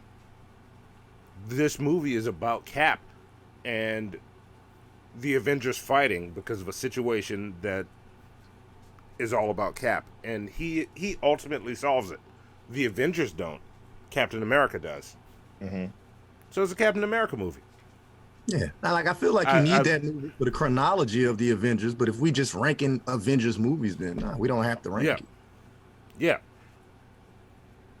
So yeah, I'm look for me. It was simple. It was just like when we decided to do this show, we were doing movies that had Avengers in the title, even though Civil War. Because I remember having the same argument when Winter Soldier came out, because a lot of people felt like, well, Winter Soldier isn't really an Avenger. It's not a Captain America movie. It's really a Shield movie. And I'm like, so look, here's the thing. I'm not gonna nitpick with you, on how nerdy you want to be on this. All right, like you right, and I'm not gonna give it to you. What's next? I agree. This is an Avengers movie that doesn't have Avengers in the title. Yeah. That's it. Yeah. I agree. I agree. That's it. I mean, it is an Avengers movie. It does not have Avengers in the title. Period. Like they couldn't call it Avengers Civil War just because no. Look, and here's the thing. To have a certain amount of Avengers movies, and that was a good way to slip in an Avengers movie without having to necessarily. Yeah, but here's the thing, live action. If they had called that Avengers Civil War, I think people would have judged that movie way more harsh. That movie, for sure. Yeah, that movie would have gotten dragged because of that. But with it being Captain America Civil War and all these Avengers showed up, it was a Captain America movie with bonus characters. Ooh. So it's not an Avengers movie, because stack that up against Avengers movies, it doesn't stack up to what the Avengers movies are. Like, look, we're about to look at all these Avengers movies. How does that movie stack up against those? It doesn't.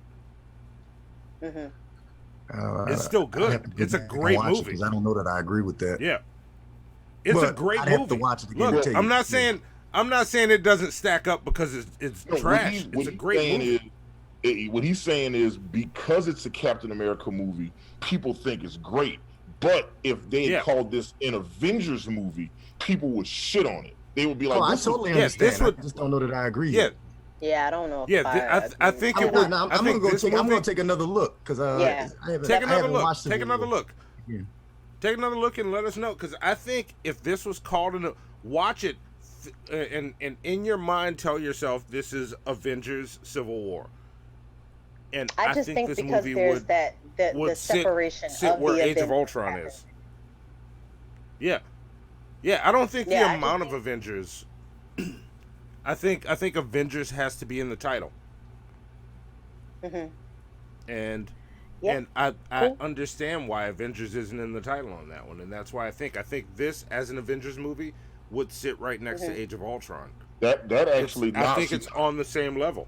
Now that we have this conversation, it makes me wonder if Marvel and Disney thought about that when they made this a Captain America movie, as opposed to making it an Avengers movie.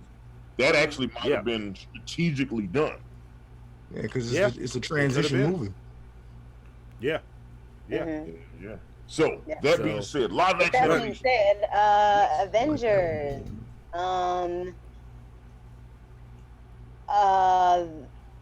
Damn. How many A+ we could give? You got enough to go. You got enough to go. Yeah, I've already done my math. I know what I got. Okay. I didn't do my math very well. I gave Avengers an A because I didn't know how many A+ I had. I would like to give it an A+ because just all around the coming together of the characters that we've seen before, and like the introduction to the Avengers, and also the introduction to the Endgame was pretty phenomenal for the first time, seeing all of those characters together and the way they blended them, and especially in the fight scenes in the end. I mean, it was just like, camera shots, camera angles, still the banter in the middle of all that fighting, and all that stuff. Like it was just really good. Yeah, it was. Just to answer your question, live action and Ace Wonder, everybody gets 5 A+ and 5 F- right now. So, and in live action, you've only used 2 so far. So you have them to give out. Wait, we got 5 A+ in just this one list? No. All together. All together, like on all. Say right now, you've only given A+. You gave an A+ to Black Panther and 1 to Infinity War. Yeah. So you've already given 1 to Infinity War. You got 3 more A+ to give out. Black Panther, Infinity War. I did change an A to an A+, so I only have 2 more A+. Oh, I haven't seen that. Updated list. Well, that's on you. Like, look, right now, I wrote down A+. So if you change your mind and just give it a solid A, let me know. Yeah, I'll let you know. Right now, I wrote down A+. Ace Wonder would say, Monty, who's doing it? Or Ace Wonder can go. All right, I gave it a straight A, man. I enjoyed it immensely. Much like The Dark Knight, I feel like this movie was like kind of made the genre after that. Kind of like in the same way they were doing movies a certain way, and then The Dark Knight hit, and then all of a sudden all the movies that came after that also went in that direction for a while. And I think this kind of started off the same thing. It kind of got people off that Dark Knight thing, and then they brought it into something a little bit different. Because at that time, when I remember when Avengers came out the first time, people were wondering whether it was going to work because it wasn't dark. Yeah, because the demand for the dark comic book movies had come so much because of the Christopher Nolan films. Yes. So I remember being pleasantly surprised by that, because I wasn't sure I was going to be able to enjoy it, because I got really into like The Watchmen and The Dark Knight and the movies like that, and I was like, man, I think this is how I want to see my comic book movies. And then Avengers. Yeah, you didn't know if you could watch a bunch of heroes fight villains around lunchtime. Fights usually happen around dinner time. Like, that's the difference. Man, nighttime is the right time. That's the difference. So that's a very good way to. That's actually a very good observation. It's funny because I'm looking in the chat. Vapion and Mike both gave Avengers B's, and I'm just like, man, I don't know which Avengers y'all saw. I'm giving Avengers an A+.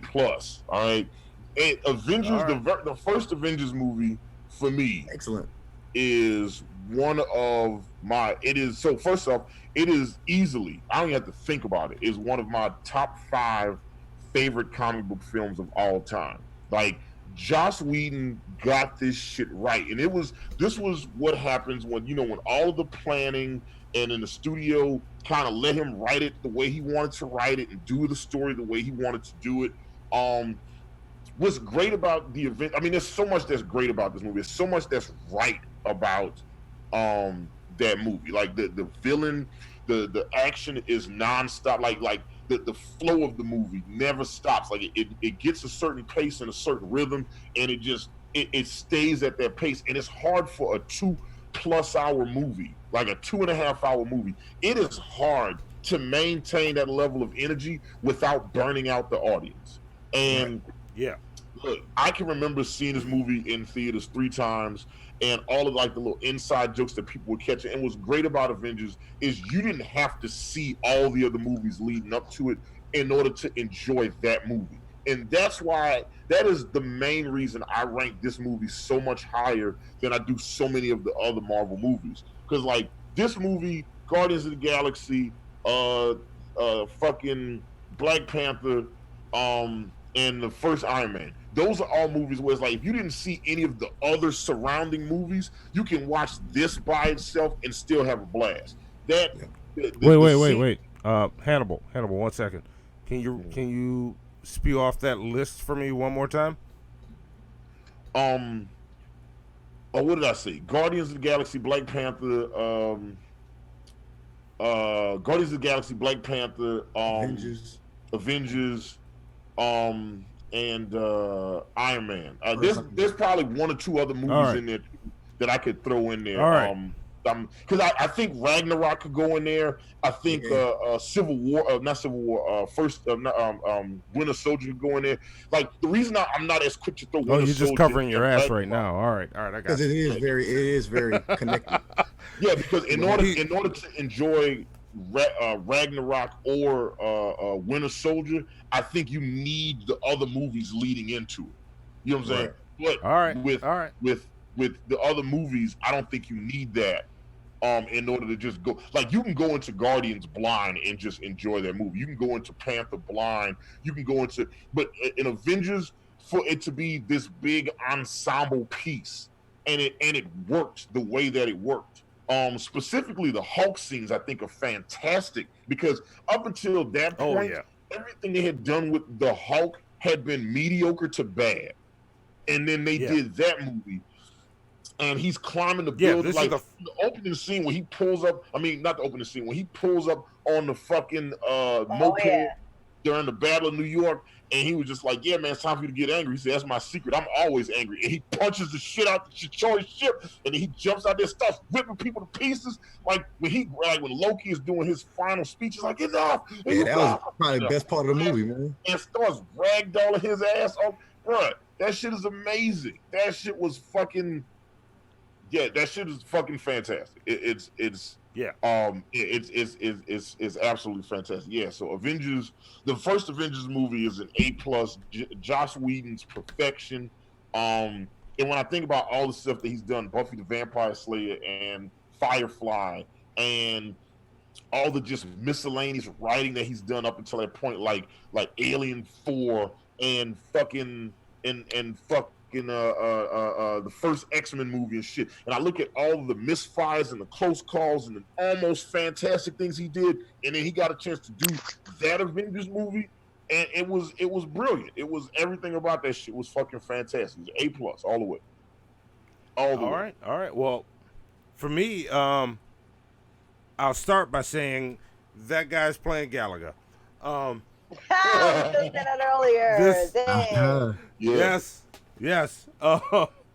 Avengers for me was the first time this was the hat trick for me. I was like, all right, they can't top it. They did it. This was for me the moment where I was like, all right, they did it. They can't beat this. We just saw, for me the scene was, nobody touched on this. My favorite scene in the movie is that fight in the forest between Captain America, Iron Man, and Thor, who we will get to when we get to Endgame. When we get to Endgame, it's those three, because those were the three in this movie. Those were the three characters we focused on. Though them meeting in the forest, that was a key moment because that was where they got to know each other by fighting each other. That scene and everything, like Hannibal, you covered a bunch of shit I was going to talk about already, so I'll let that be because you said exactly what I wanted to say.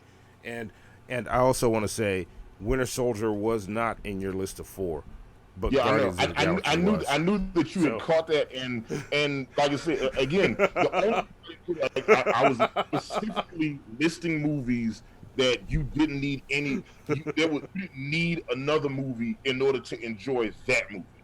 Yeah, that was that would make one movie a better movie, just by a hair. Yeah, one could make that argument. Yeah. So that's all I'm saying. But anyway, it would be wrong, but you could make that argument. It's time for a petty party, motherfucker. Okay, Deal with it. You want to peppermint petty in this bitch, huh? All right. I love it.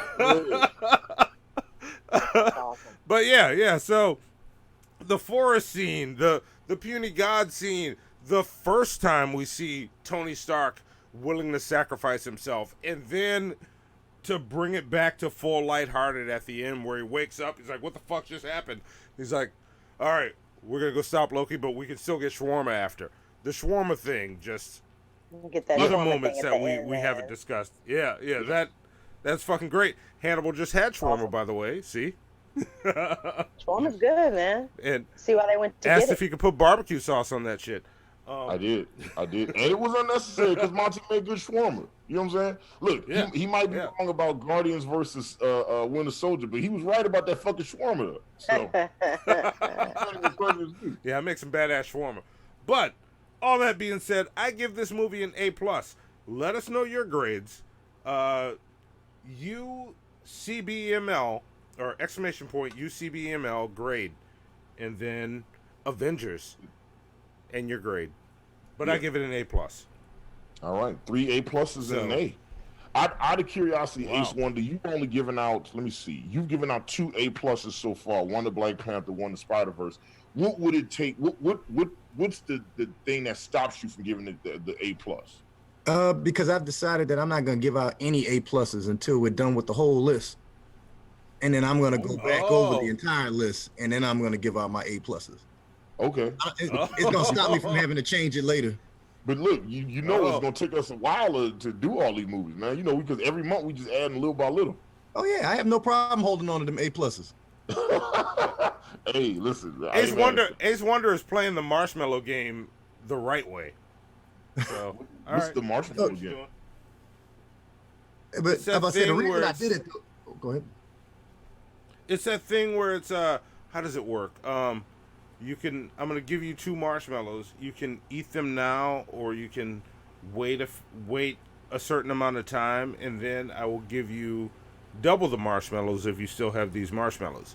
Something like that. I don't know the whole structure. I'll have to look it up. I've heard that before too. Yeah. Okay. I was about to say, the real reason I even decided to do it though is because at the very beginning, I think our first show, I felt like I was just about to start getting way too overzealous with the A+. So I wanted to find a way for me to be a lot more measured with that. All right. You know, giving it the proper respect that those A+ deserve. All right. He's putting some respect on those A+. Some respect, as Birdman would say. All right. So I was gonna say Black Panther, I didn't have a choice, man. It hit me in the soul. Yeah. Well, that's an A+ movie. If you don't think so, fight me. Oh no! Look, listen. You can fight this whole squad if you want that smoke. Son. No, look. I've had this argument so many different times with white people that, like, my argument, my clapback is so measured and calculated. I'd be like, man, you ain't don't even do this. You lost this fight before you started it. I was like, damn. I feel bad for you. I feel sorry for your mothers. But you still got my mama? And to answer Vapion and a couple other people in the chat, look, you guys can give as many A+ or as many F- as you want. All right, we're not keeping tabs of who gives what out. That's up to y'all. But anybody that's actually on the show that's a part of these grading lists, no, we only do we can only do 10% of the movies are allowed to get A+ and F-. So we have to be. But I will say this. Yeah, I will say this. Y'all need to be more like Vapion with these movies. Vapion has given a grade for every single movie we've done. Vapion is on his shit. Yes. Like, that is... You are a premium shithead, my friend. Yes. Vapion sits at the top of the food chain. That's why he came in second place in our T-shirt contest. Was it second or third place? Second place. I don't remember. You're getting your bag of shit. Like, hopefully it'll come with the next Patreon, but we'll see. We'll see. It might be the one after that. That BS situation kind of jammed us up. So, I'm gonna say we're recovering. We're recovering. Yeah. We're not talking about that. No, I said what I had to say about that. I'm done with it. I don't dwell on that shit until I look at our PayPal. Not if we've done 2012. Yeah, y'all are gonna have to let me know what happened after this. Ultron, huh? Oh yeah. I'll let you know after, not live. Age of Ultron. Of course not. Yeah. Age of Ultron. Yeah, and if you want to know what happened and see it live, just go back and look at the last episode. But we'll tell you after this. But we'll go to the next movie, which was not a year later. 2015, May 1st. Which was Avengers Age of Ultron. There we go. Now I switched it. All right, awesome. There we Avengers go. Age of Ultron. Which had, and I'll just start this one off. Well, Daryl, you want to, or Ace Wonder, you want to go first? Yeah, we'll do it like the last one. I gave it a B+. All right. I gave it a B+. Strong right. B+. Enjoyed it way more work. recently watching it, even more so than I watched it the first time. I think first time I was kind of caught up and wanted to be more, not realizing how small a part of this larger thing it was really going to be. Yeah. And you think about movies like that, I'm thinking it's going to be like maybe 2 or 3 movies. So the second movie you're expecting a certain thing, but it was kind of like this transition movie instead. And at the time I watched it at first, I didn't understand it for what it was. But when I watched it the other day, kind of had a different perspective. I still had to keep it at a B+, just so that it fit fairly in with the rest of my movies. But I did enjoy it more this time around. Wow. And Mike says A+, best Avengers in his opinion. All right. I respect that. Oh, he said Ultron is A+. Yeah. Okay. Yeah. Okay. Yeah. Look, put that in. I would love to hear the reasoning for that too. Yeah. Mike, UCNBL exclamation. Yeah. Oh wait, no. All right, no, that's Vapion that gave it. Yeah. Vapion put the command there. Drop it in the chat. Like, drop it in the list. Add it. Make it official. All right. Yeah. Interesting. Look like we're on the same page, man. Yeah, Vapion also gave it a B+. All right. Live action. I was torn between a B+ and an A-. All right. Just going back and thinking about it, like Ace was saying, going back and looking at it, I think I really, I enjoyed it walking out of the movies, and then thinking about it more, I was kind of like, oh, there's certain levels, whatever. But watching it again, like he said, after watching the whole thing, it was actually a much better experience, So I'm torn between the B+, A-, C area. So I'll have to see which way I teeter. Yeah. Okay. B+, A-. All right. Well, I will. Right.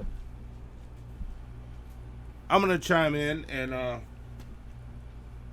go with this. I think the problem that comes with this, and it's something that we've talked about on the phone, and like Monty's probably about gonna to get into. Thing that I was gonna say. Go for it.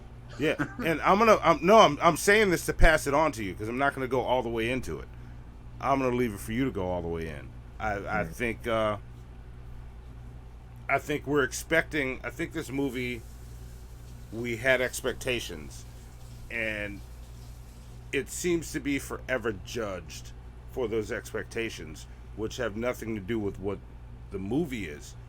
This movie was awesome. From start to finish, like, there's, just take it moment for moment. All the moments in it, like the party where Rhodey is telling his story that fails whenever he's around the superheroes. And he gets around the normal people and his story lands and he's like, yeah, That's what it is. And it comes back later in the movie where it's like, where it's like, this is, but that should, these are just little things, but it all ties together. And from the beginning, they introduced the Iron Legion in the very beginning in that first fight, and then it's set up so beautifully because of Iron Man 3 also. This is where they started this world building. Mm-hmm. Because of Iron Man 3, we understood the Iron Legion. So we see him and we accept him. We go, oh, Tony has put AI in these suits. Okay, fine. I accept it. It's fine. Leading up to the party where that joke happens, we see Ultron come up, and we immediately connect it to the Iron Legion. And you forget Jarvis. And Jarvis, who's been there the whole time. Jarvis, nice, having a part in creating Ultron, and then becoming Vision. This movie pulled so much together and was such a pivotal part. And I don't think you recognize that the first time around until you get the full thing. Well, no, I saw it the first time I saw it. In the party scene, they give you the Thor's hammer thing. Yeah. You know? That was in there. I didn't see that the first time, but that started the conversation where if anybody could hold Thor's hammer, it would be Captain America. And for me, I walked out, this movie gets the same grade it got when I walked out of the theater, because I thought this movie was great when I walked out of the theater. This was not an A+, but this was an A movie. This is a solid A for me. Yeah. I just love this movie. I think this movie is well put together. It is the perfect puzzle piece for where and when it came out. And I really do think, even with all the stuff you had to know leading into it, I think you could walk into this movie and watch it without seeing anything else, because it's also it's not the best place to start, but it would be a solid movie to watch not knowing anything. Well, I think honestly, I think any of these movies would be solid movies. Like at this point, we're talking about the cream of the crop. Oh yeah, exactly. So I don't think you get any real losers. Any disagreements? Yeah, any disagreements we have on this, we're just disagreeing about. Well, this movie's really good, but you don't think it's that good? Really What's wrong with you? That any disagreements we're having at this point are just that. So, but I think this movie deserves more, and I'm gonna pass it over to Hannibal now that I've given my grade, because I hope I didn't step on your point too much. I just wanted to brush against it. And if you had, I would have just rolled with it. You know what I'm saying? It would have just been like less for me to say. No, I knew where you wanted to go. Yeah. So for me, if I had rated this movie when I first saw it, or if I rated this movie like a year or so, a couple years ago, or last year even, I might have given this movie a B+, like Ace One, because I thought it was a really good movie. But rewatching it now, after I've seen all the movies and I've seen Endgame, and I know what it is, like, so first thing, a lot of times when this movie gets bad reviews, because of all the Avenger movies, this is the lowest rated of all those movies. And the reason it's the lowest rated, and this could be What's Eating Hannibal for a different show, is when people grade art, or when people grade anything, they typically tend to grade it based on three things that should not matter. Three things that should not matter. One, they grade it based on the experience they had in that moment. You know what I'm saying? So if you went to a theater and you saw it and everybody was enjoying, everybody got the inside jokes and you got the inside jokes, and it added to your experience, and the theater was clean and the surround sound was amazing, you got the 3D glasses, shit's popping out, that movie was fantastic for you. If you instead watched it on the Fire Stick, like a week or two after it came out, and you're watching the shitty camera copy of it, you're not going to enjoy that movie the same way. You know what I'm saying? So people tend to judge art, specifically art, one, based on their experience in that moment. Two, they'll judge it based on what their anticipation for that piece of art was, right? And that's bullshit, because if everybody, like, Black Panther comes out, before it came out, the critics were talking about how great it was. Then the movie came out, a bunch of black people saw it and said, oh my God, this movie's amazing, I'm going to see it 15 times. And then there's a bunch of people that saw it 2 weeks after that or a month after that and was like, yeah, I seen it. It's not that good. Y'all aren't saying it's not good because it's not good. Y'all are saying it's not good because all these other people told you it was fucking fantastic. So you're not measuring it based on what it is. You're measuring it based on what you were told it was, right? That's the second thing. The third thing people do is they judge it based on their emotions. You know what I'm saying? And here's the thing about judging shit based on your emotions. Like, look, there's movies that I love that are terrible. And I know they're terrible despite the fact that I love them. I love all those Roland Emmerich disaster pieces. I love 1998's Godzilla starring Matthew Broderick, which is awful. I fucking love Independence Day. I love The Day After Tomorrow. I love 2012. Those movies are trash. I know they're trash. And Independence Day is great fun. It is great fun. But don't tell me that's a good movie when fucking everything around is blowing up and this fucking Vivica Fox's dog was able to jump through a tunnel of fire to get the whole fuck out of here. They defeated the aliens by uploading the virus on Windows NT. Get the whole fuck out of here. All right? You know, like, you can like it and it doesn't mean that it's good. And there's certain that are good that I don't like. You know, Chicago the Musical, Les Miserables. Those are great movies that I was like, this is a fantastic piece of art. I'll never want to see this shit again. So consider those three things. One, people tend to judge shit based on their personal experience at that time. Two, they judge it based on their expectation for what they thought it was going to be. And three, based on their personal feelings. So they're doing a very subjective viewing, not an objective viewing. That being said, the reason Age of Ultron always gets that negative vote is typically because Avengers was fantastic and Age of Ultron was not as good as Avengers. It doesn't mean that that movie isn't good, but people tend to rate that movie way lower than it's supposed to be because they're measuring it next to Avengers. Don't do that. But it's by design that it's doing what it's doing anyway, though. Yeah. And that's the issue, though. It's like, and when you, especially when you watch it now, after once you've seen all the Marvel MCU movies and you watch Infinity War, you watch Endgame, and you go back and watch Ultron, there are so many things in that movie that was setting up other things all over the universe. You know what I'm saying? And at the time, we might not have noticed that shit because Marvel had a bigger picture in mind. Disney had a bigger picture in mind. And we might not have recognized that. Look, I'm not perfect. I make mistakes sometimes too. Like back in 1985, I thought that Crush Groove was going to be bigger than E.T. We all make mistakes sometimes. That was actually the last time I was wrong about some shit. Back it up. Back it up. That's not the last time. Wait, let me finish this. We don't want this to be a 5-hour episode, Monty. Hold on one second. The point is that people tend to Twilight, motherfucker. Twilight. The shitheads are waiting for it. But continue. People shit on Age of Ultron. I heard you, and it's funny. People shit on Age of Ultron because Ultron is not the first Avenger movie. That first Avenger movie is fantastic, and Age of Ultron is not as good as that. But that does not mean that movie is not fantastic. I gave that movie an A-, and I might not have given it an A- a year or two ago.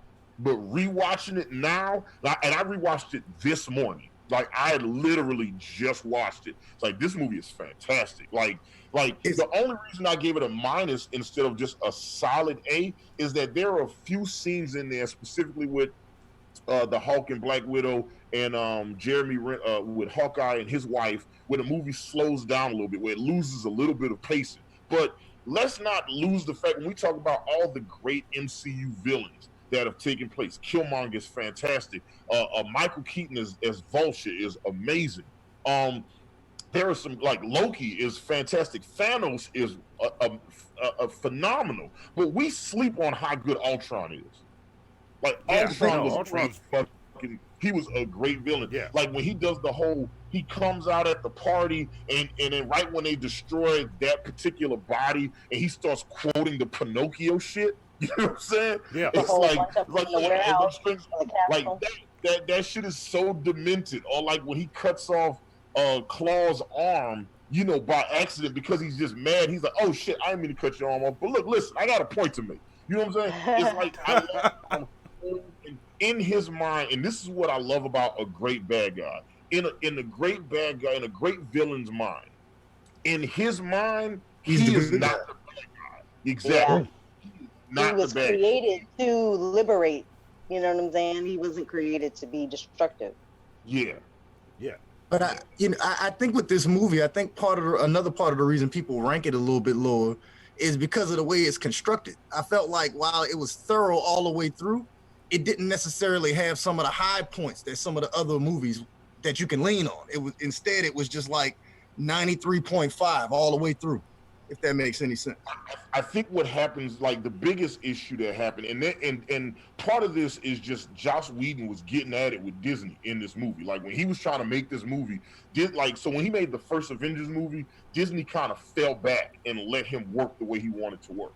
When he did Age of Ultron, he was like, yeah, Disney and Marvel was really getting in his ass. Like, no, you got to do this. No, you got to do it like this.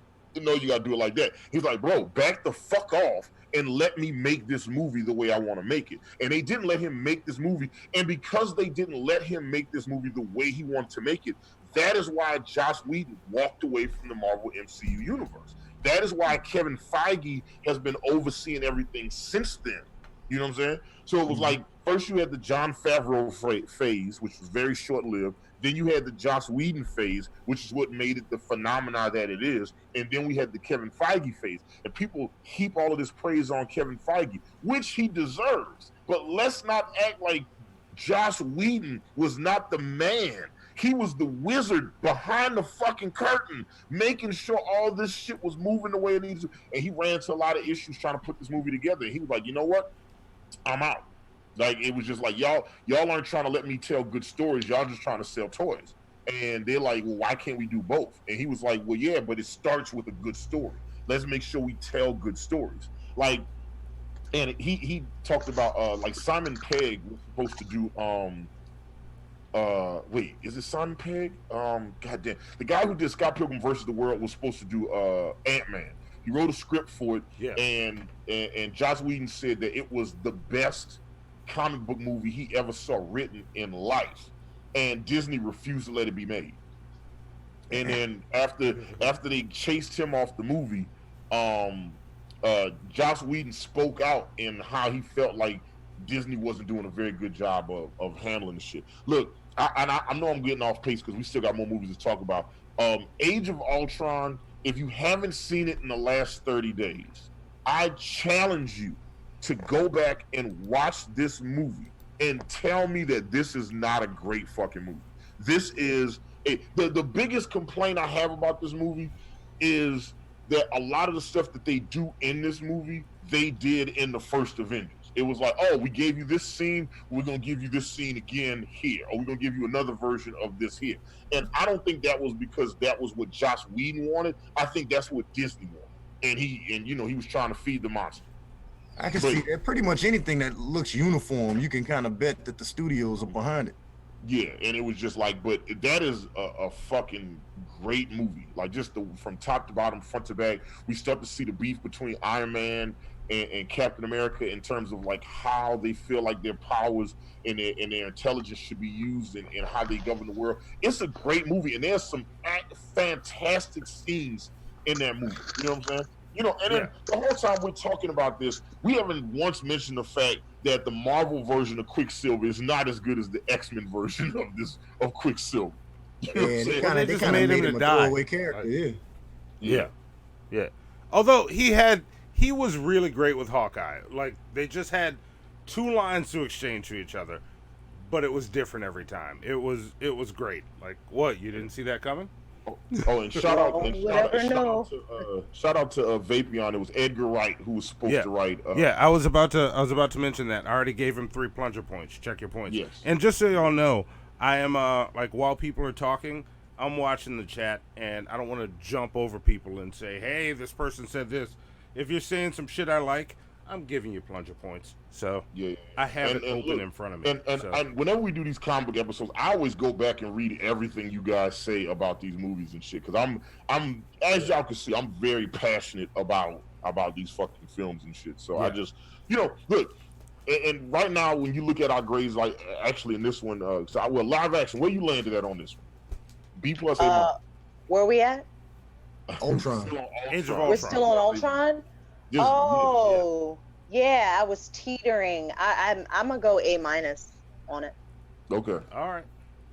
That's what's up. So down. Ace Wonder is the odd man out on this one, but not much because like we're all in the ballpark. Like we're talking about like a half point away on all our grades on this one. That's for real. Yeah, I enjoyed this movie a lot.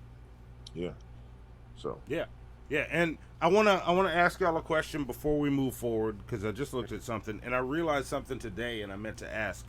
So, the first episode after the Golden Turds, when we did all of the comic book movies that came out in 2018, we covered Avengers Infinity War. So, my question is, because Infinity War is next, do we do Hellboy next and then end the show with Infinity War and Endgame? Yeah. Yeah, just do that. Because our grades are counted, except Ace Wonder. I don't think Ace Wonder was on that episode. So actually, Ace wasn't on that episode, but he has since given us his grade for Infinity War. So I have his grade in there. All right. Yeah, I'm looking at it right now. And talk about, we can talk about Infinity War and Endgame at the same time. Yeah, let's go. That makes, and then they haven't seen Hellboy 2019, so that actually makes it really easy. Well, let's make it super easy. Hellboy 2019, trash. All right, so all of the look, and Endgame. All right, look. See here on Hannibal and Monty's shit show, we take this ultimate comic book movie list very seriously. We will not half-ass it that way. There's a movie that needs to be discussed. We have seen it. So Hannibal and I will discuss what happened on April 12th, 2019, which was the new Hellboy movie. Yes. And then we'll jump into this. So, right, do you want to go first or you want me to? I'll let you guys do it. No, Monty, you're going to go first, but I'm going to give them a bit of a disclaimer first. So, yeah, this won't take long. Monty and I were the only two that saw this movie. Like, live action Ace Wonder did not see this movie. Now, I told everybody when we were going to do this episode, I was like, hey, you need to go see this Hellboy real fast because it's not going to be in theaters very long. Because it's not a good movie. It is not doing well at the box office. If you don't go see this shit today, you are not going to be able to see this shit. And nobody went and saw it, including Monty. So nobody was able to see it. Now, Monty found a shitty camera version of the movie online and watched it that way. I saw the movie in theaters, and today when I woke up, I also watched a shitty camera copy that Monty watched. So I feel like I said all that to say this. My opinion is the only one that should matter on this review. As I want to say, all go right, ahead, Monty. All right. Go ahead, Monty. I really thought this. I know. I get it. I get where you're coming from. I really thought this movie was garbage. I have no desire to see it in any other format. I have seen some shitty cam versions of movies that I absolutely loved, and I was like, all right, I have to see this in a theater or a better version. This was not the case with this.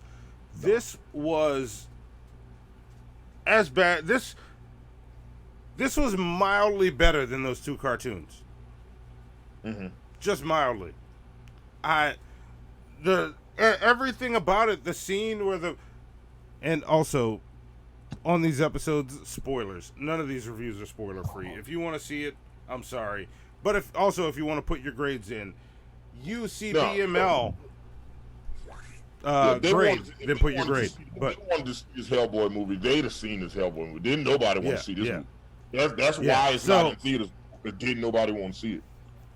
Yeah, the scene where everybody turns on him, I'm like, why? Why is this happening? Why did you tell him what was actually going on just to bring him out where the 4 fucking giants are to kill the guy that can help you kill the Why not kill him after you kill the 4 fucking giants?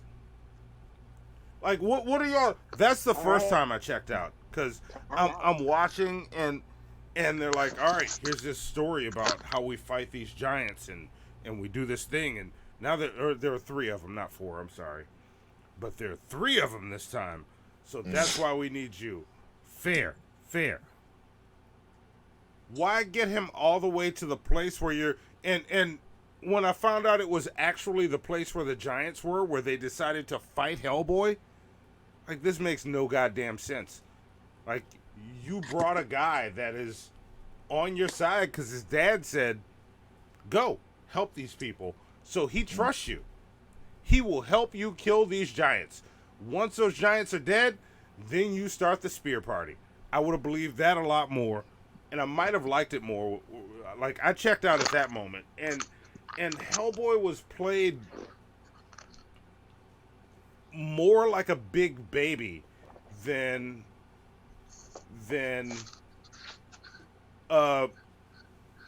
immature hothead. I didn't like the baby angle with it. The only part I liked was the really bad pun at the end, the don't get ahead of yourself. Everything else was just yeah, it's funny because I was rewatching the movie today and I saw that scene and I was just like, oh yeah, they did that. Yeah, that was the only thing that made me laugh. Because I think it was delivered in a way where they knew it was a bad pun. Because he even paused a bit before he said the line. Like, this is bad, but it's right here. I can't not say it. So he said it and threw it in the fucking pit. This movie was just, it needed a few more passes. Like, every scene I saw was stuff that you just had to take and just do it in a slightly different order. And then once you put all that together, then go back and revisit the whole thing and maybe smooth it out. They didn't seem to give enough fucks when putting this movie together. So for me, Hellboy gets a D. Okay. Yeah. Okay. That's actually better than I thought you were gonna grade it. Yeah, no, it gets a D. Because I also think about, I graded Tyler Perry movies.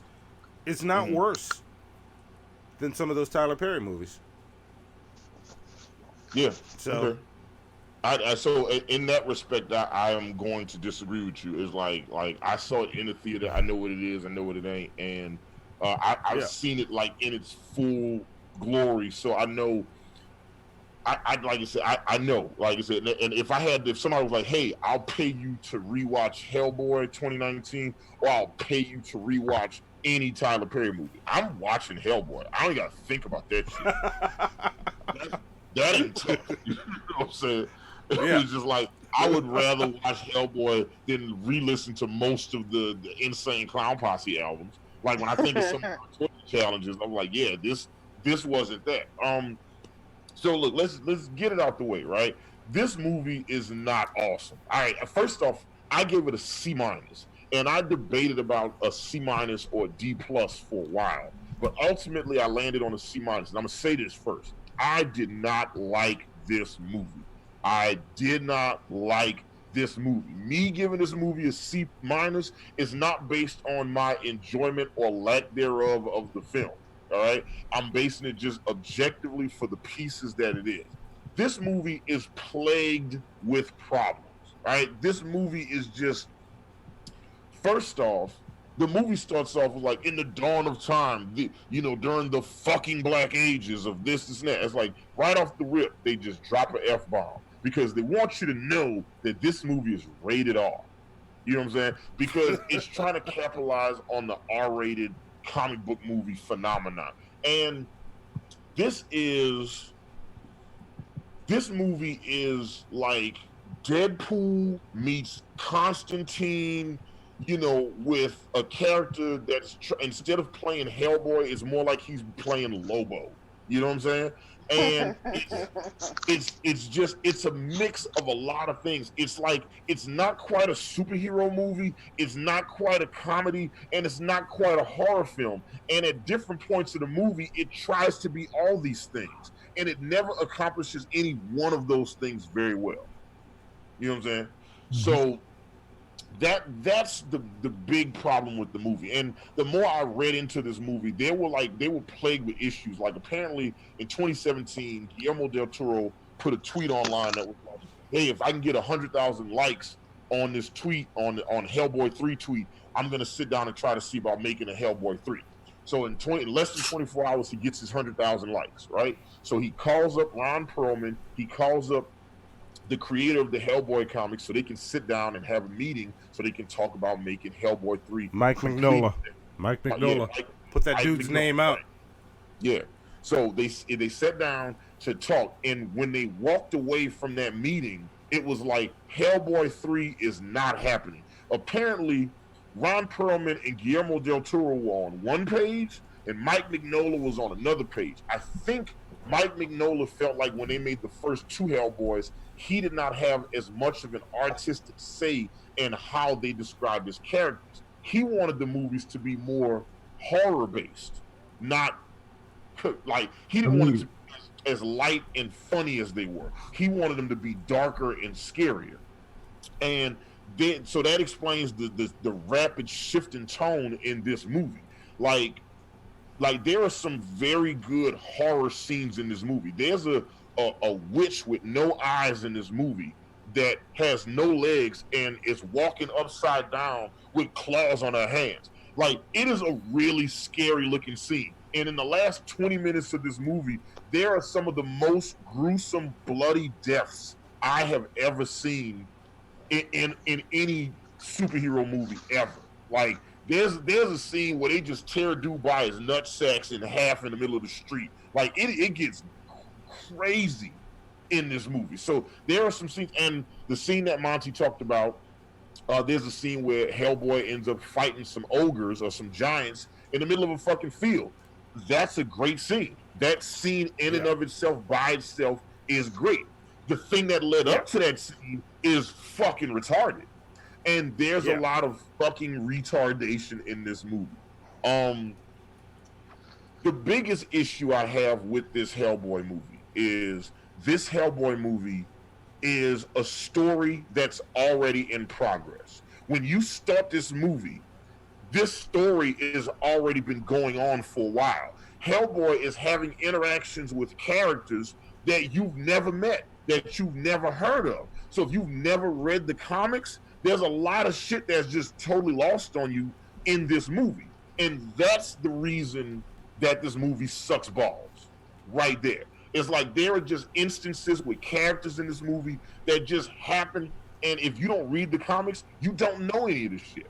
So at first I thought this movie was supposed to be like, it was like a reboot, but it was a continuation of the first two movies. And it's not that.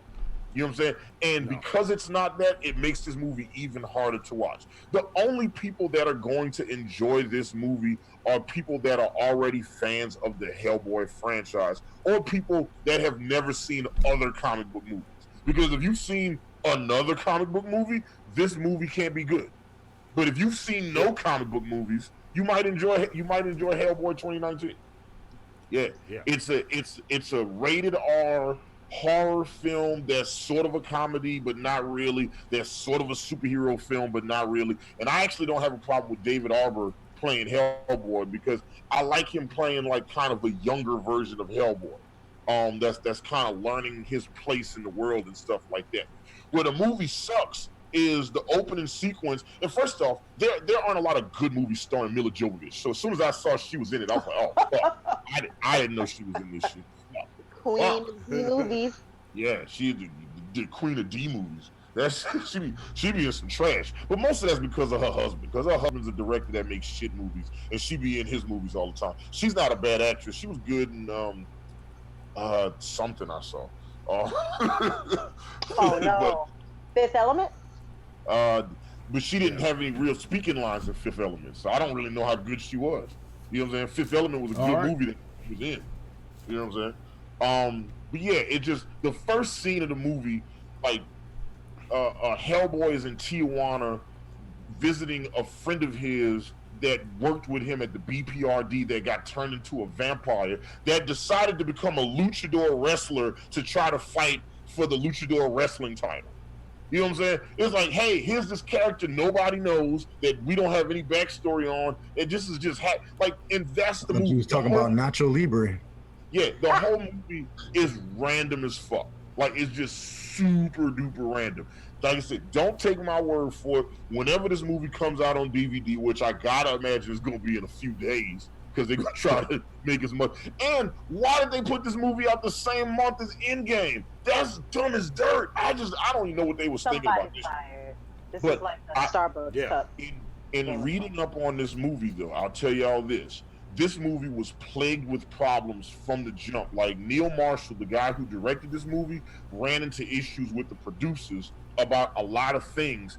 And the producers at a certain point in the movie, Neil Marshall told his cinematographer, don't do what the producers say, do what I tell you to do. Because at the end of the day, if this movie sucks ass, our names is what's going to be on it, not theirs.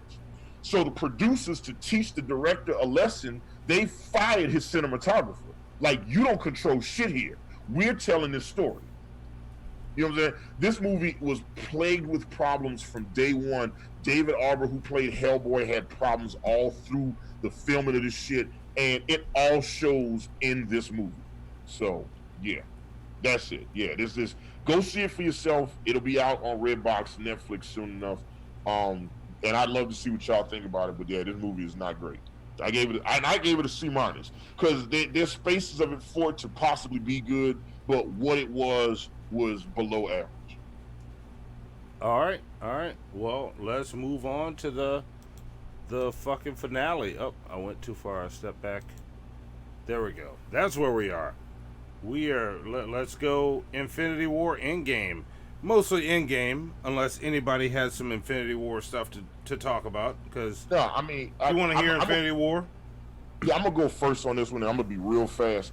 Before we rated, but wait, before you do, if y'all have seen these movies and want to grade either one of them, do separate grades for both. But you are !UCBML grade space, and then put your grade and the name of the movie, or name of the movie and grade. But there we go. Yeah, I'm gonna go first on Infinity War.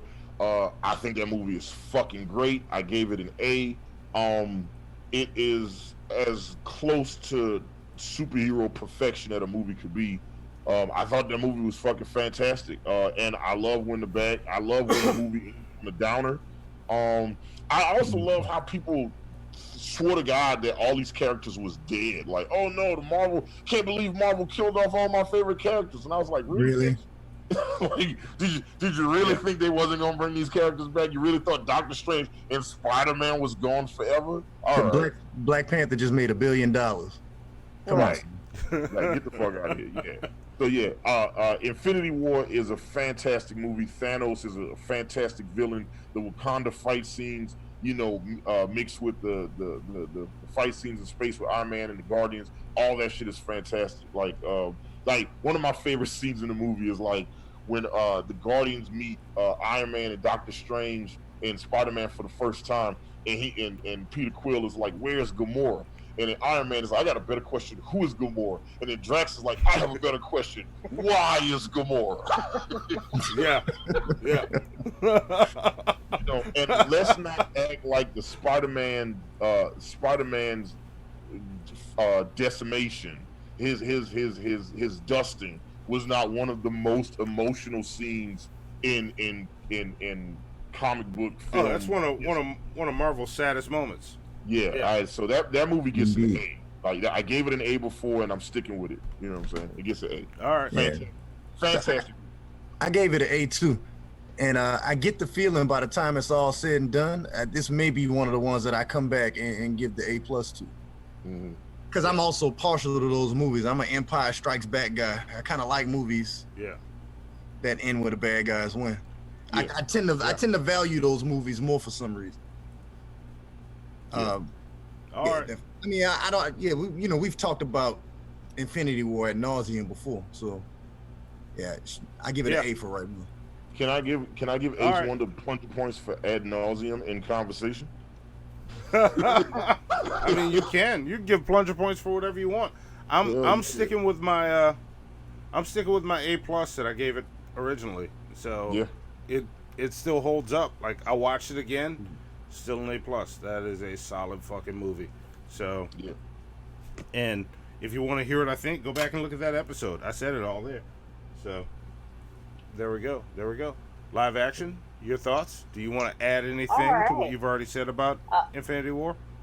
No, not really. I gave it an A+. I stick by my A+. It was absolutely amazing from beginning to end. Yeah, it's a great fucking. It was a great movie. I loved it, and it was the perfect setup to Avengers Endgame. Now, this could be this could be real interesting to see how this plays out. So, what now? For everybody that hasn't seen Avengers Endgame, is amazing. It's so good. Is that a rabbit? Right. Yes.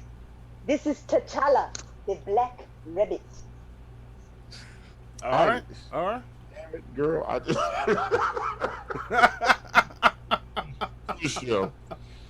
All right, that's what's up. All right, hey, look, listen. And you know what the funny thing is? When I was at your house when I was in New Orleans, I knew I heard an animal in your house somewhere, and I was like, "Is there an animal in here?" I don't care. I'm getting fine. So that was how that. And was everybody do what Vapion just did. He exclamation point UCBML grade, and then he gave Endgame an A space name of the movie and the grade. Yeah. That way we'll get him at the end of the episode. Yeah, so look, I need to go last on this one because I'm still torn on my grade. I'm still torn on where I'm landing with this. I mean, I got the ballpark. I just don't know exactly where it's gonna be yet.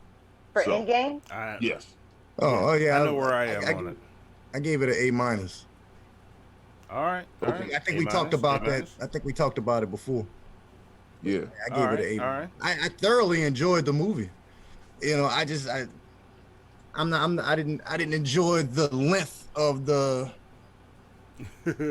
emotion of it all, of the sadness before they got to the actual payoff. And I know, you know, I've heard all the explanations. I've heard, hey, that's exactly how it's supposed to be, and you know how it built up to this, but it didn't do it for me personally. Yeah, real quick, Ace. For anybody in the chat, because I'm answering Emily the neighbor. If you have not seen Avengers Endgame, first off, if you haven't seen it at this point, I feel like you're just being a dick about it. All right. Well, Emily the neighbor is who we are going to get to watch the movie. Who has never seen any Marvel stuff. See, so I feel like maybe she should mute. Okay, well, yeah, if you haven't seen it yet, the spoilers are coming. So press mute. Yes. If mute it now, we're about to talk about Avengers Endgame, and I really want to see everybody's chat come up because I want to see what everybody's grade is for Avengers Endgame. You know, we will be talking spoilers, so there we go. All right, Ace, the floor is yours again. Oh no, it's like I said, I gave it an A-, like a solid A-. I enjoyed the movie thoroughly. I still believe though that, you know, much like Superman 1 and 2, I think that the overall Infinity War Endgame put together would get a higher grade than either one of them separately to me if I was able to smash those together. Yeah. So I think I enjoyed the build up more than the payoff, which is why I think that Endgame ended up getting the A-. And you know what? To the A, possibly A+ of Infinity War. Yeah, if it was like a 5-hour movie, right, where I just watched both pieces together, I definitely would give it a higher grade. I might give it an A+. That's what I'm thinking. All right. Should I go next or live action? Do you want to go next?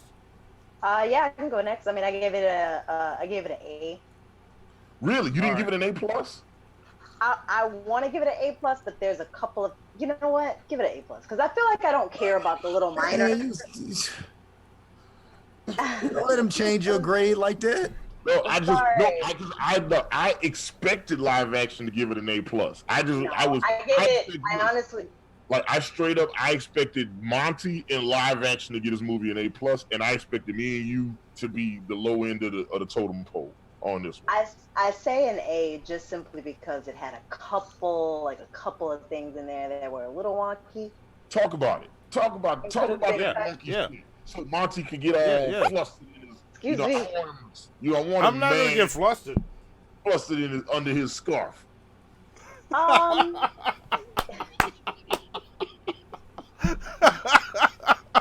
Y'all see how he fucks with me? I mean, Hashtag let's Team Monty. sweat out the dreads. Go ahead and talk about it. Go ahead and talk about it. we talked before about hold on. Let me fix myself. We've talked And before look, basically there about are spoilers in this, so feel free, cut loose. Yeah. We did talk about like just some of the pace on certain parts of the movie, you know, certain paces wasn't good. So they And lost me to mind time you, travel. I don't have a problem with any of the time traveling stuff. Like I'm just kind of like, look, we're in a world of magic, and when they're using magic, you have no idea. So, magic and multiverses, you can't really be like, oh, it should be like this and it should be like that. It's whatever the comic book movie says it's gonna be. So, I have the right to not like it. yeah, you totally have a right to not like But it. then again, don't take, you can take my word with a grain of salt, because you already know how I feel about time travel. So. Yeah, just for everybody watching the show, Ace Wonder feels this way about like any movie that does time travel, and then it explains the time travel. He calls it the chalkboard, where they pull out the chalkboard and they be like, "You see this line? This is time." And then this point here is that, and like as soon as you do that shit in the movie, Ace Wonder is like, "I don't give a fuck. I'm done." This right here, see, this is time. This is time right here. Like Ace Wonder will throw his hands up like a nigga kick a solid field goal. All right, he just does not care at that point. Yeah. So, just the start of the movie was very quiet. You know what I mean? They kind of left you where you were. That Hawkeye scene in the beginning with his family was just heartbreaking. Because it was just kind of like, oh, you knew it was coming, you know, but you were still kind of like, oh no, you know what I mean? And then, going into the whole thing about how they were mourning everybody, because you know they had to literally sit 5 years trying to figure out how to fix everything, you know. I wish we would have got a little bit more of Captain Marvel, but they're probably saving her for a bigger villain like a Galactus or something like that.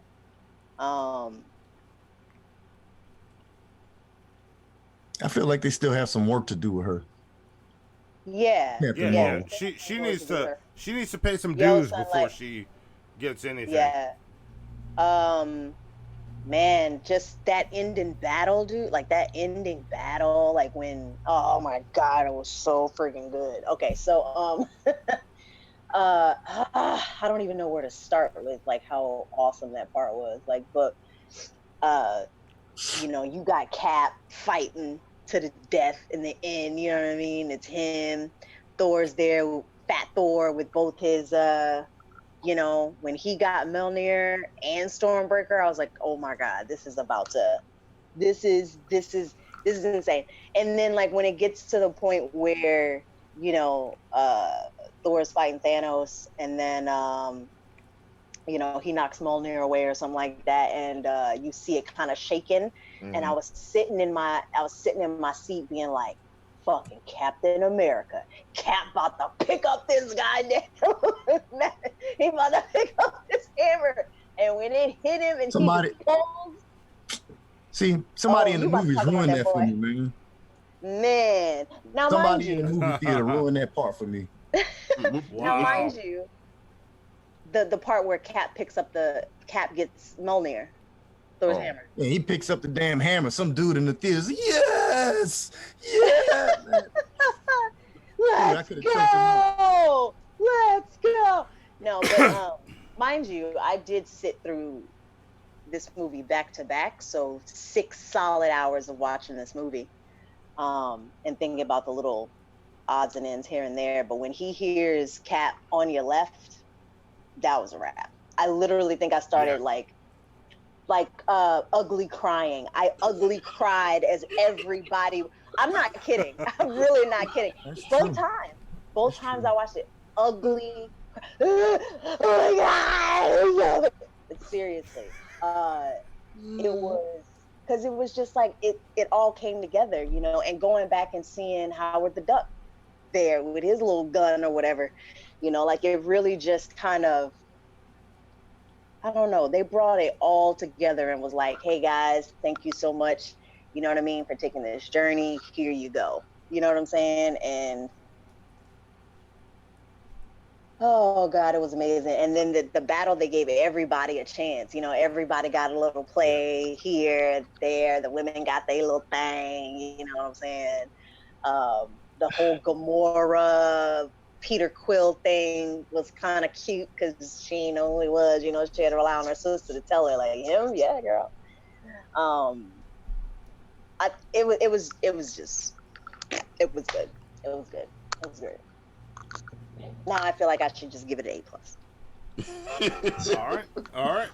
I mean, look, don't let us peer pressure you into giving it an A+. I want to say you have the A+s to give out though.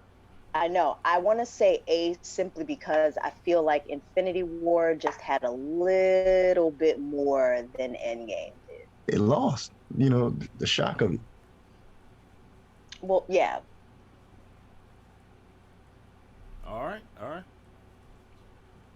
Well, Monty? I will. I'll step in and go with mine. I absolutely fucking love this movie. The 3 times I've seen it, because I found a bootleg and watched that too. So I watched it. I paid for it twice and then watched the bootleg after I finished all the other Avengers.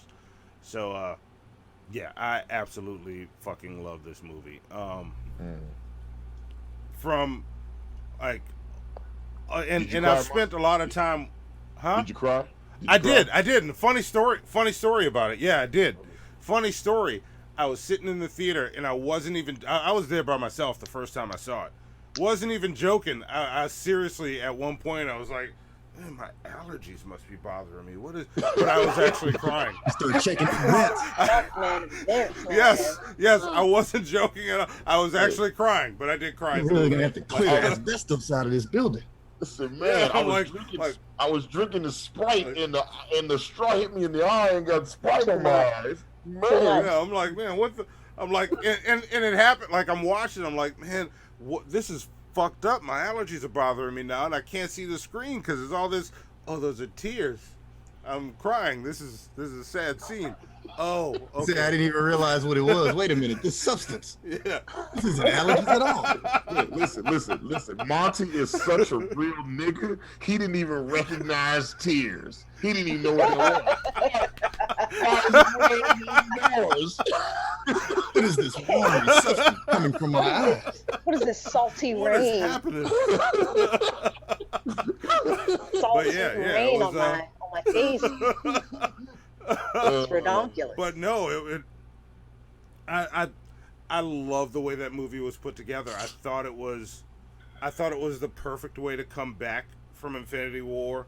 And something we haven't talked about on this is they achieved a goal. Like they did, what was it, 22 fucking movies? Mm-hmm. They wrapped up 22 movies. And also, I believe, set up the next chapter of where they're going with these movies. I think that setup is there. And I don't want to spoil that setup because Hannibal doesn't watch trailers. I think the Far From Home trailer confirmed the setup of what's coming next. I have, my hat has to be off to this. This movie brought it all together, and that blows my fucking mind. They did the impossible with 22 movies. Right. They did something that no one should have ever been able to do. Everybody said, no, we can't do these movies because you'd have to make 22 fucking movies in order to tell these stories right. Who's going to sit and watch those? And they pulled it off. They brought comic books into the real world and showed how to properly end this story that they've built all this time. All of it. And I've spent the other part of the week watching people complain about it, and most of them are wrong. Some people have valid points, but I think the valid points are those stretchy things where it's you're way overthinking this. that doesn't make this trash. Like you're just stretching to find a problem. I give this movie an A+. I'm not talking about you, Ace Wonder. Oh no, I'm with you. I could literally do it. I think I could do my own show on the people that call stuff trash, man. I'm so sick of those. Yeah. I'm me curse, man. Yeah. I can't I can nitpick. Give me my favorite movie ever. Like I can walk out and go, "This is my favorite movie ever." I can nitpick that motherfucker and make it look like absolute horseshit. But people jump straight to trash though. Like, yeah. That's actually been. And I did a What's Eating Hannibal about this once, and I'm gonna have to revisit this topic about. We live in this day and age where people think everything is either amazing or it's a classic or it's trash. And there's no in between. There's no really good. There's no average. There's no mediocre. You know what I'm saying? There's like everything is either amazing or it's terrible. We live in this. It's not even like we grouping them in the right groups. We're putting a bunch of mediocre stuff up as great, and we're taking a bunch of stuff that's really not that bad and calling it trash.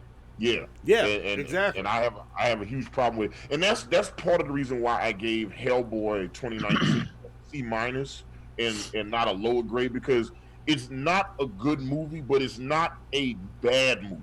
Like it is by no, like it's definitely not something I want to watch again. You know, right? We've seen bad movies. Yeah, like I'm like when I think about it. Yeah, we seen Steel, we seen Catwoman, we seen Spawn. You know what I'm saying?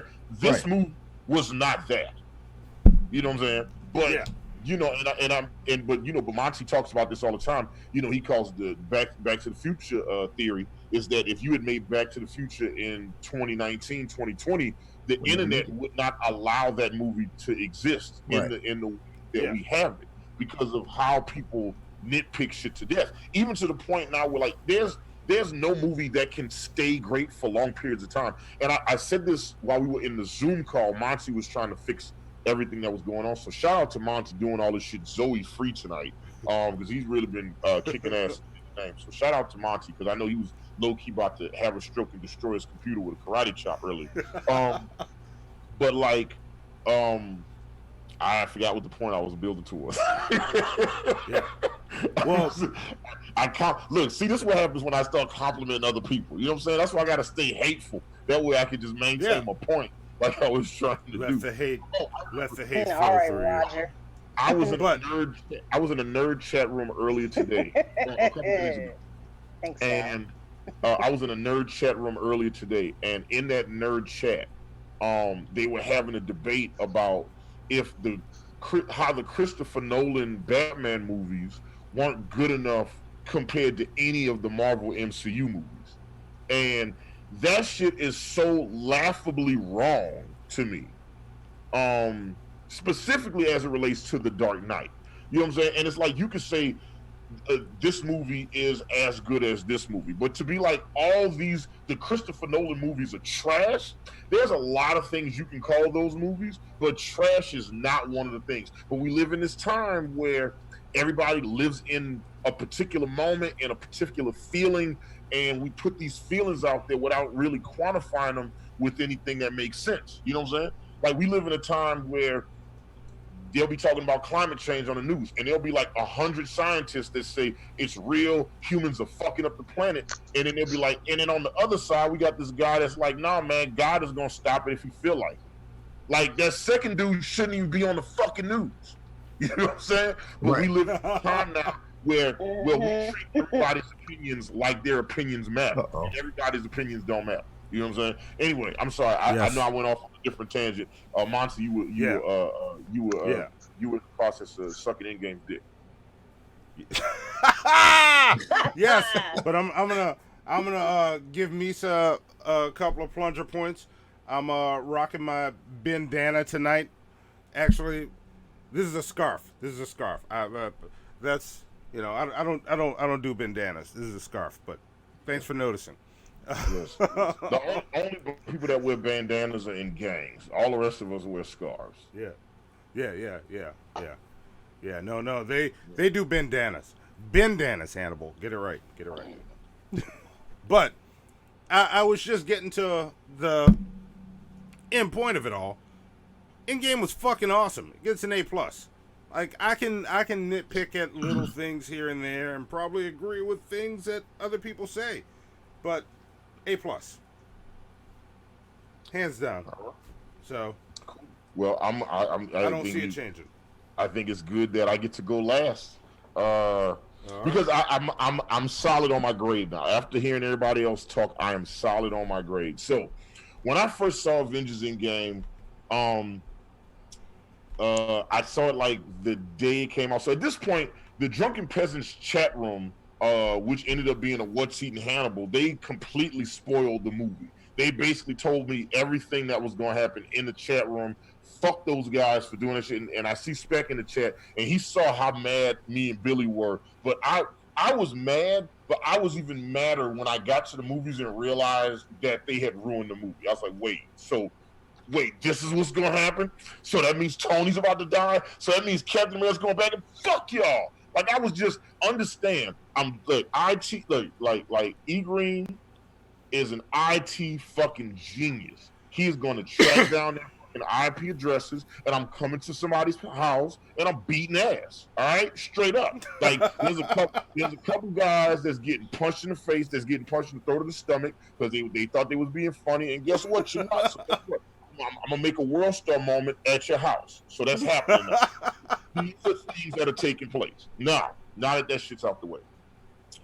Shayla and I went and saw the movie, and the movie's fantastic. There were at least 6 or 7 times in the movie where I looked up and everybody was fucking crying, right? And we walked out of the movie and was like, damn, that's real good. But I had a lot of questions. And real quick, I'm going to run through some of the questions that I had for this movie. First question, why is Nebula?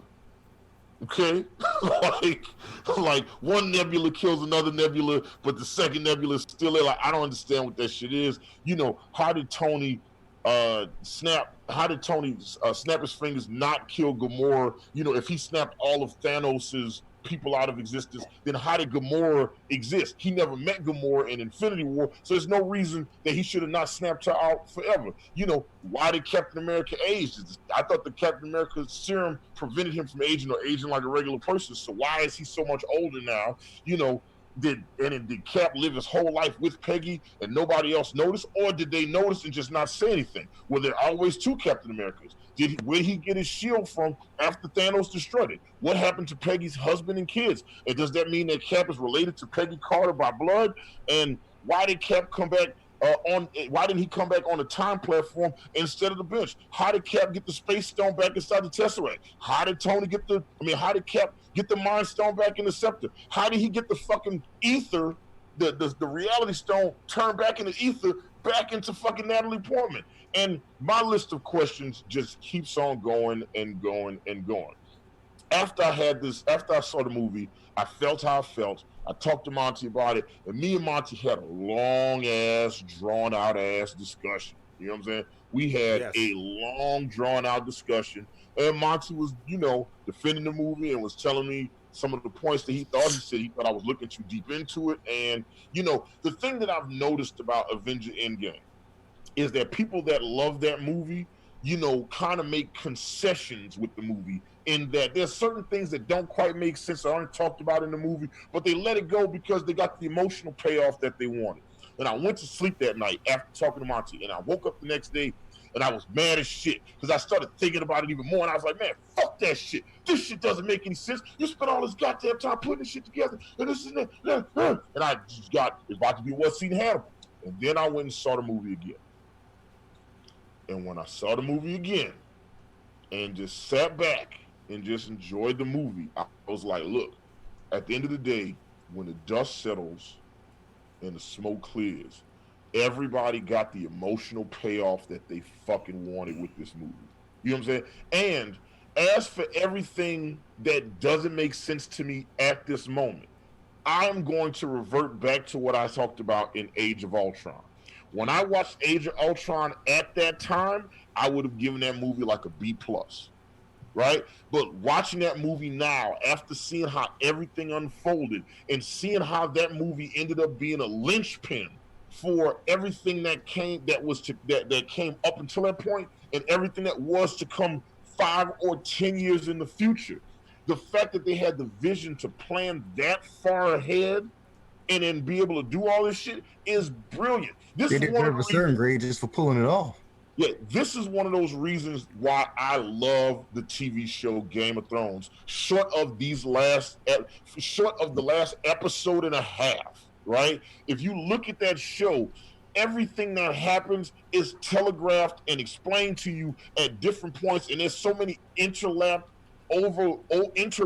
stories over years. Like, you know what level of dedication it takes to tell that level of story with this many moving pieces and this many characters. That shit is beyond fantastic to me. And that is why I am giving Avengers Endgame an A. Because even though there are some things in this story that I still don't understand, like how the fuck old Captain America, old Captain America went back in time, created a whole new timeline with Peggy, but then he ended up on his original timeline without using the goddamn pimp particle, right? How the fuck did he get back to his original timeline? The answer is I'm not supposed to know right now. That story will be told to me at a later date, and I'm not going to. I was giving this movie a B plus. Then I thought about it. So now I'm gonna give it an A minus. And then I thought about it as I look. I've seen a lot of movies. I've seen a lot of TV shows. I've seen a lot of series come to an end.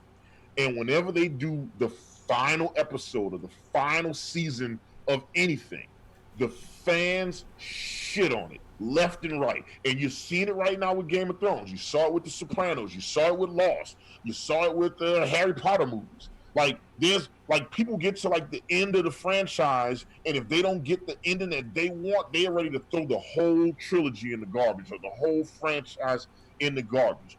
For Avengers to be able to give us these endings with these characters the way that they did, and so many people walked out happy, is a monumental achievement. And that shit cannot be understated. I'm giving this movie an A. There we go. All right. I got no argument with you. But we had the argument already. You don't got an argument with me now, because at first I was gonna give it a B plus. And look, no. and speaking on me almost giving this movie a B plus, because if we had done this show right after Endgame came out, I would have gave it a B plus. And then I saw the movie again a couple days later, and then I bumped it up to like an A minus. And then I'm deciding. And then even today on this show, I was on the fence between A minus A, A minus A, A minus A, because I was like, it's good. And if I was to put the Avenger movies in order from best to worst, or of most favorite to least favorite, it would go 2012 Avengers, then Infinity War, then Endgame, and then Ultron. You know what I'm saying? That's fair. All of these movies are separated by percentage points. Okay? Like, this is how small the margin is. Look how close my fingers are. Okay? Look how close that is. All right? That shit is amazing. So, this is fucking and Misa, yes, I can agree that the last season of Game of Thrones was totally rushed. And they completely dropped the ball on that final episode, like, for sure. Like, why send Jon Snow to the Night's Watch? They ain't know, what is he protecting? There's nothing there anymore. Y'all, the free folk are y'all friends, and there's no more whites to kill. But what are we talking about? Why is he there? There's no point. Anyway, don't get me started on that shit, because I'm about to get all the way pissed off. Plus, fuck Sansa. I hate that bitch, and I hate that bitch got what she wanted at the end of the fucking season. Fuck her, and every bitch that like her too. So anyway, damn. Oh yeah, I got some real hate in my heart for Sansa. Sansa is Kylie. All right, let's get it out there. All right, Sansa is Kylie, and that bitch won at the end of the show. So fuck all that shit. Feel some type of way. Anyway. Yeah, you do. Yeah, the fact that, like, if you look at any TV series or movie franchise that's done as much as Avengers did, and you look at how these shits end, with the exception of like maybe Breaking Bad and like Sons of Anarchy, any other show that's been on for like more than 4 or 5 seasons, people hate the way that shit ends. They fucking hate it. Yeah. Like, go back and look at any great television series. People fucking hate that shit, or they lose interest at a certain point. You know what I'm saying? And they'd be like, oh yeah, like Dexter was good until the end of the third or fourth season. After that, it went to trash. You know what I'm saying? Or this show was good until this happened. Or this show was good until like people are impossibly difficult to please. And the fact that so many people were pleased with Endgame is fantastic. And it was so I give it a name. There we go. Awesome. Oh, Misa, you gotta say kill all white walkers, because if you say kill all whites, it just make our channel look like something that is not.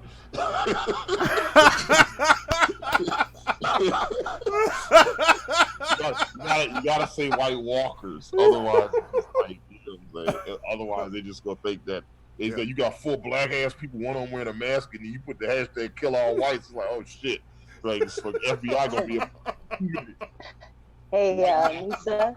Amy says you're a black friend. I'd like to tell you that is probably not the best thing. White walkers. White walkers. Go ahead and pull that hat down extra real quick. White walkers. See 19. See blue-eyed. Way to end the show, Misa. No, real quick, since I did the mine. Army of the Dead. Go Pels. If I took my Avengers movies and put them in order from most favorite to least favorite, it would be 2012 Avengers, Infinity War, Endgame, Ultron. How would y'all put them in order so we can end the show like that? That same way? Same way. I'm thinking, I think I'm with all of y'all. Really? Because I figured you would have been the odd man out. I figured you would have been Endgame, Avengers, or it would have been different. No. Like nothing compares to that. To me, the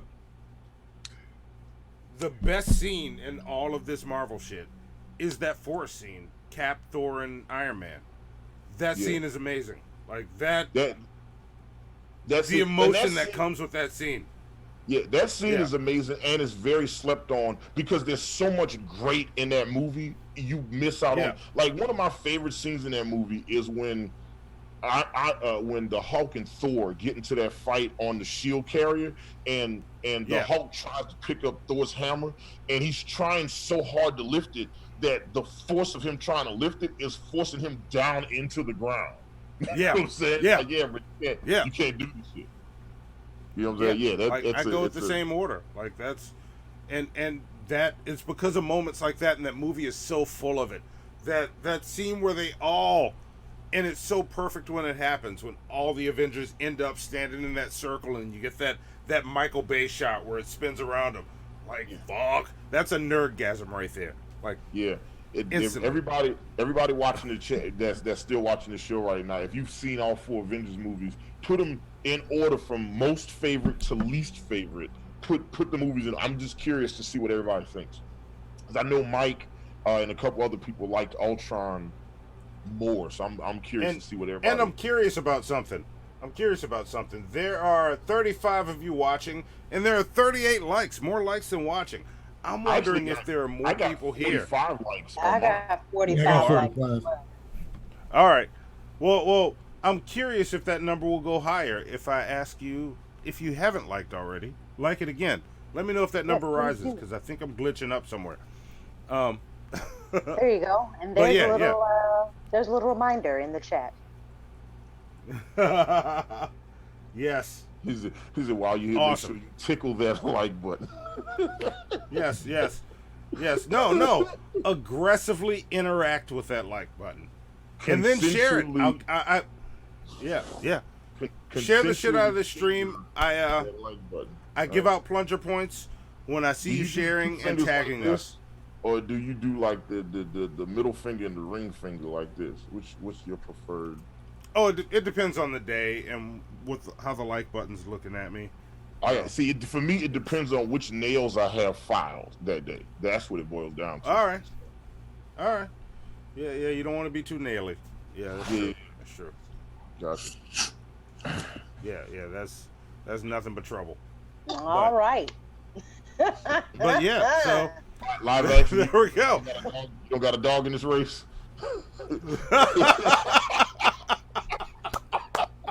Yeah, shout out to the Dave Coulier reference. All right, right. Well, I think that's unless anybody else has more to add. Wow. Mike's order is the opposite of ours. He got Ultron, really? Endgame, Infinity War, Avengers 1. That's interesting. That is Wow. very All right, Mike. interesting. Vaporon says Infinity, All right, Mike. Endgame, Ultron. Wait, what? I feel like there's too many movies in there. He had Vaporon. Yeah, wait, there's- Infinity War. Nah, he gave a separate one if you go by. And if you go by, oh yeah. Oh, and then he says, "Oh, I got you." If he's adding Civil War, okay, I got you. I got you. I see what you're All doing. right. Infinity War, Endgame, Ultron, Avengers. Boy, y'all are great. So you know what? That makes. I almost want to ask how old y'all are. I'm curious because I wonder if age plays a factor in that. You know what I'm saying? Because if you were super young when the first Avengers came out, but you're an adult when these Avengers came out, see, and that's something else that plays into it too. Is, and I want to talk about that on another show, but I'm curious to see like what movies you grew up with and how that affects your grading of the movies, and should we grade these movies differently because they're part of a larger whole? You know what I'm saying? Because in order to, I had so many people ask me, like, oh, I want to go see Avengers Endgame, but I haven't really seen any of the Marvel movies. How many do I need to see in order to appreciate this movie? And I would always tell all of them. Yeah, you gotta see all of them. You know what I'm saying? Yeah. Yep. So all right, I'd be curious to see, but that's a conversation. We might need to have a Marvel Universe show where we have that discussion. So I'm with it. We got to do an Eminem episode because somebody on Patreon asked for it and we haven't done it yet. And I'm sorry, it's coming. It's coming. We've been talking about it, trying to fit it in. It's coming. Like, I like to, honor those requests because y'all are keeping the fucking lights on. Yeah. And y'all are too in the chat. Like, if you don't know, I have a phone here with the chat. That's why I point here when I say the chat. When I look here, I'm looking at the chat.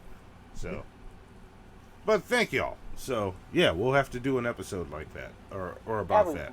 So, yeah. So just so y'all know, next month Monty and I are going to be doing all the X-Men movies, and so altogether there'll be 7 X-Men. And Monty and I are going to try to decide whether or not to include the Wolverine standalones in that pantheon or not. So we're either going to do 7 X-Men movies or 10 X-Men movies if we include the Wolverines in there too. There's 3 Wolverines. Nice. Well, that depends on if you're doing ensembles or single characters because they're a part of the X-Men. Well, see, in this way it gets tricky with the Wolverine movies because all 3 of the Wolverine movies directly tie into, like, the thing that happens at the end of the Wolverine sets up Days of Future Past. So it's like you gotta have one in order to have the other. The question is, do we do just the 7 movies or do we do all 10? So that's a conversation that we'll have. And everybody in the chat, and if you're in our Discord, let us know what you think, because that might help us. Figure it out. Yeah, Spec just asked, who just disliked it? Somebody just got in there and just clicked the dislike button. I was just about to ask who that asshole was. No, they might be like, look, sometimes people click dislike not because they dislike it. They just do it because they're like, well, if everybody like it, I'm going to be the person that click dislike. Like, and then somebody wants to be different. To yeah, and enjoy it. You know what I'm saying? And interaction's an interaction. Like, it's fine. But, you do what you want. Like, I'm not that bothered. But, I'm more bothered by other shit. Like, that I won't mention. So... Ooh, and but to answer, thank y'all for. Vaporon asked, "Are we doing the Generation X TV movie?" That is another great question that me and Monty will have to think about because we did do an X-Men Generation X movie. Yes. So yeah, absolutely right. We already talked about this. Yeah, anything, even if we do Fantastic Four, we're gonna do the never released Fantastic Four movie because it is out there and can be watched. Yeah, and I have it somewhere, and I've seen it, and it is terrible. So, it's absolute garbage. If it's out there and able to be watched, we will watch it and do it. So, yeah, so there we go. Look, Misa's blaming it on Billy. Like, damn, Billy don't hate us like that. I don't know. Billy did come on when we did the female comic book show. Billy the Fridge gave Josie and the Pussycats a higher grade than he gave Wonder Woman. That's true. That's true. You're never gonna let him live that shit down, are you? No, because he's wrong, and it just like, and I'm never gonna let him forget it because he's fucking wrong. He gave Wonder Woman a C plus. He gave Josie and the Pussycats a B, and mind you, everybody else gave it like D's across the board. You know what I'm saying? Like Rich Boy used to say, "Throw some D's on that bitch." Not Billy. Not Billy. D's. Rosie Perez. You know what I'm saying? Yeah. Mike is funny. He said, "Guys, what about Justice League?" Hey, look at all those plus signs behind that. He is funny as shit. Actually, you know what the crazy thing is? Scale. There are some great Justice League movies that just all animated. Like they just it's not live action. It's just there's lots of great animated Justice League movies. Justice League Doom, Justice League War, fucking not that I mean, even though it's not technically, but Flashpoint Paradox, just fantastic. Like that. There's a lot of good stuff. But anyway, live action Ace Wonder, y'all got anything y'all want? Any closing words? Anything y'all want to plug before we get off the show? Nah, man, you know me. You can find me everywhere they can find you. All right, that's great. Yes, hit him up. He's awesome. All right, hey guys, yeah. Follow me on Instagram at Live Action Anime. Also follow my cosplay group here in New Orleans called Wakanda Moon Cosplay. We're a blend of the Dora Milaje and Sailor Moon. Check us out. We're doing some great things. Give us a little follow. Hit us up. Yeah, man. We got some good stuff coming, so be ready. Awesome. Send me those links so that I can throw them in the description of this show. Either tonight or tomorrow morning when I go and do my cleanup tomorrow. Okay. So I'll add you. And also, Hannibal, anything you want to say to close out before we let Birdman take us out? No, man, once again, this is another fantastic episode. Thank you very much, Ace Wonder. Thank you very much, Live Action Anime. Love talking movies with you guys. I love talking movies with anybody, period. If you guys can't tell, I'm very passionate about movies and music. I'm very passionate about arts and cinema. And I love an opportunity to get a chance to talk with anybody about it. Especially when we have these conversations with the chat, because I don't feel like you guys are our fans. I feel like you guys are our friends. And we're just having a conversation with friends every chance we get. So that's very cool. Yeah.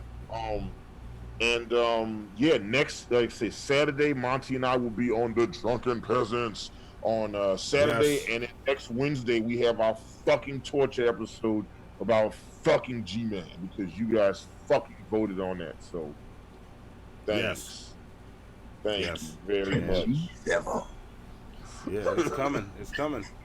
Like Eminem said, my middle finger's stuck. How am I supposed to wave now? So yeah. We're about to do the G search, maybe get a G smack, Fight music, man. Like, y'all have the audacity to suggest G-Man to us, so and before I even started talking, you've already lost. I mean, come on, I've killed you already. Oh my God! You got her doing it too now. Anyway, I will tell you guys. We have produced Team MFN. Myself, Ace One's Influence, Johnny Facebook, famous Brasco. We have produced a G-Man song. So when we do the G-Man episode, you guys get to hear the audacity. You know what I'm saying? Y'all guys get to hear this fucking song. So I'm gonna punch him in the face for having me have to get involved in this in any way. Yeah, matter of fact, I'm about to send it. I'm about to email you right now so you can hear the last bit of edit version.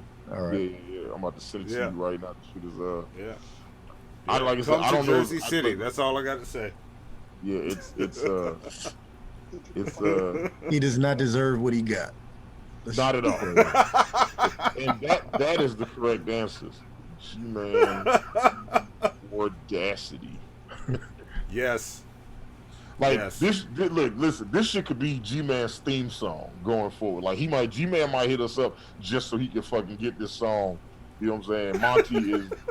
Monty is doing a video for it. So I ain't gonna say nothing else. I'm gonna stop talking. There we go. There we go. All right. Well, I'm just going to end off with, you know, before I say this, shitty means something different when we're saying it on this channel. But I'm going to start ending this shit off by telling you guys, be shitty to each other. So that's all I got to say. We'll let Birdman take us out now. As soon as I get to it. Hang on. Here it goes. See, this is so much easier. And I lost the fucking pointer. There we go. Because I'm blind. Here it is.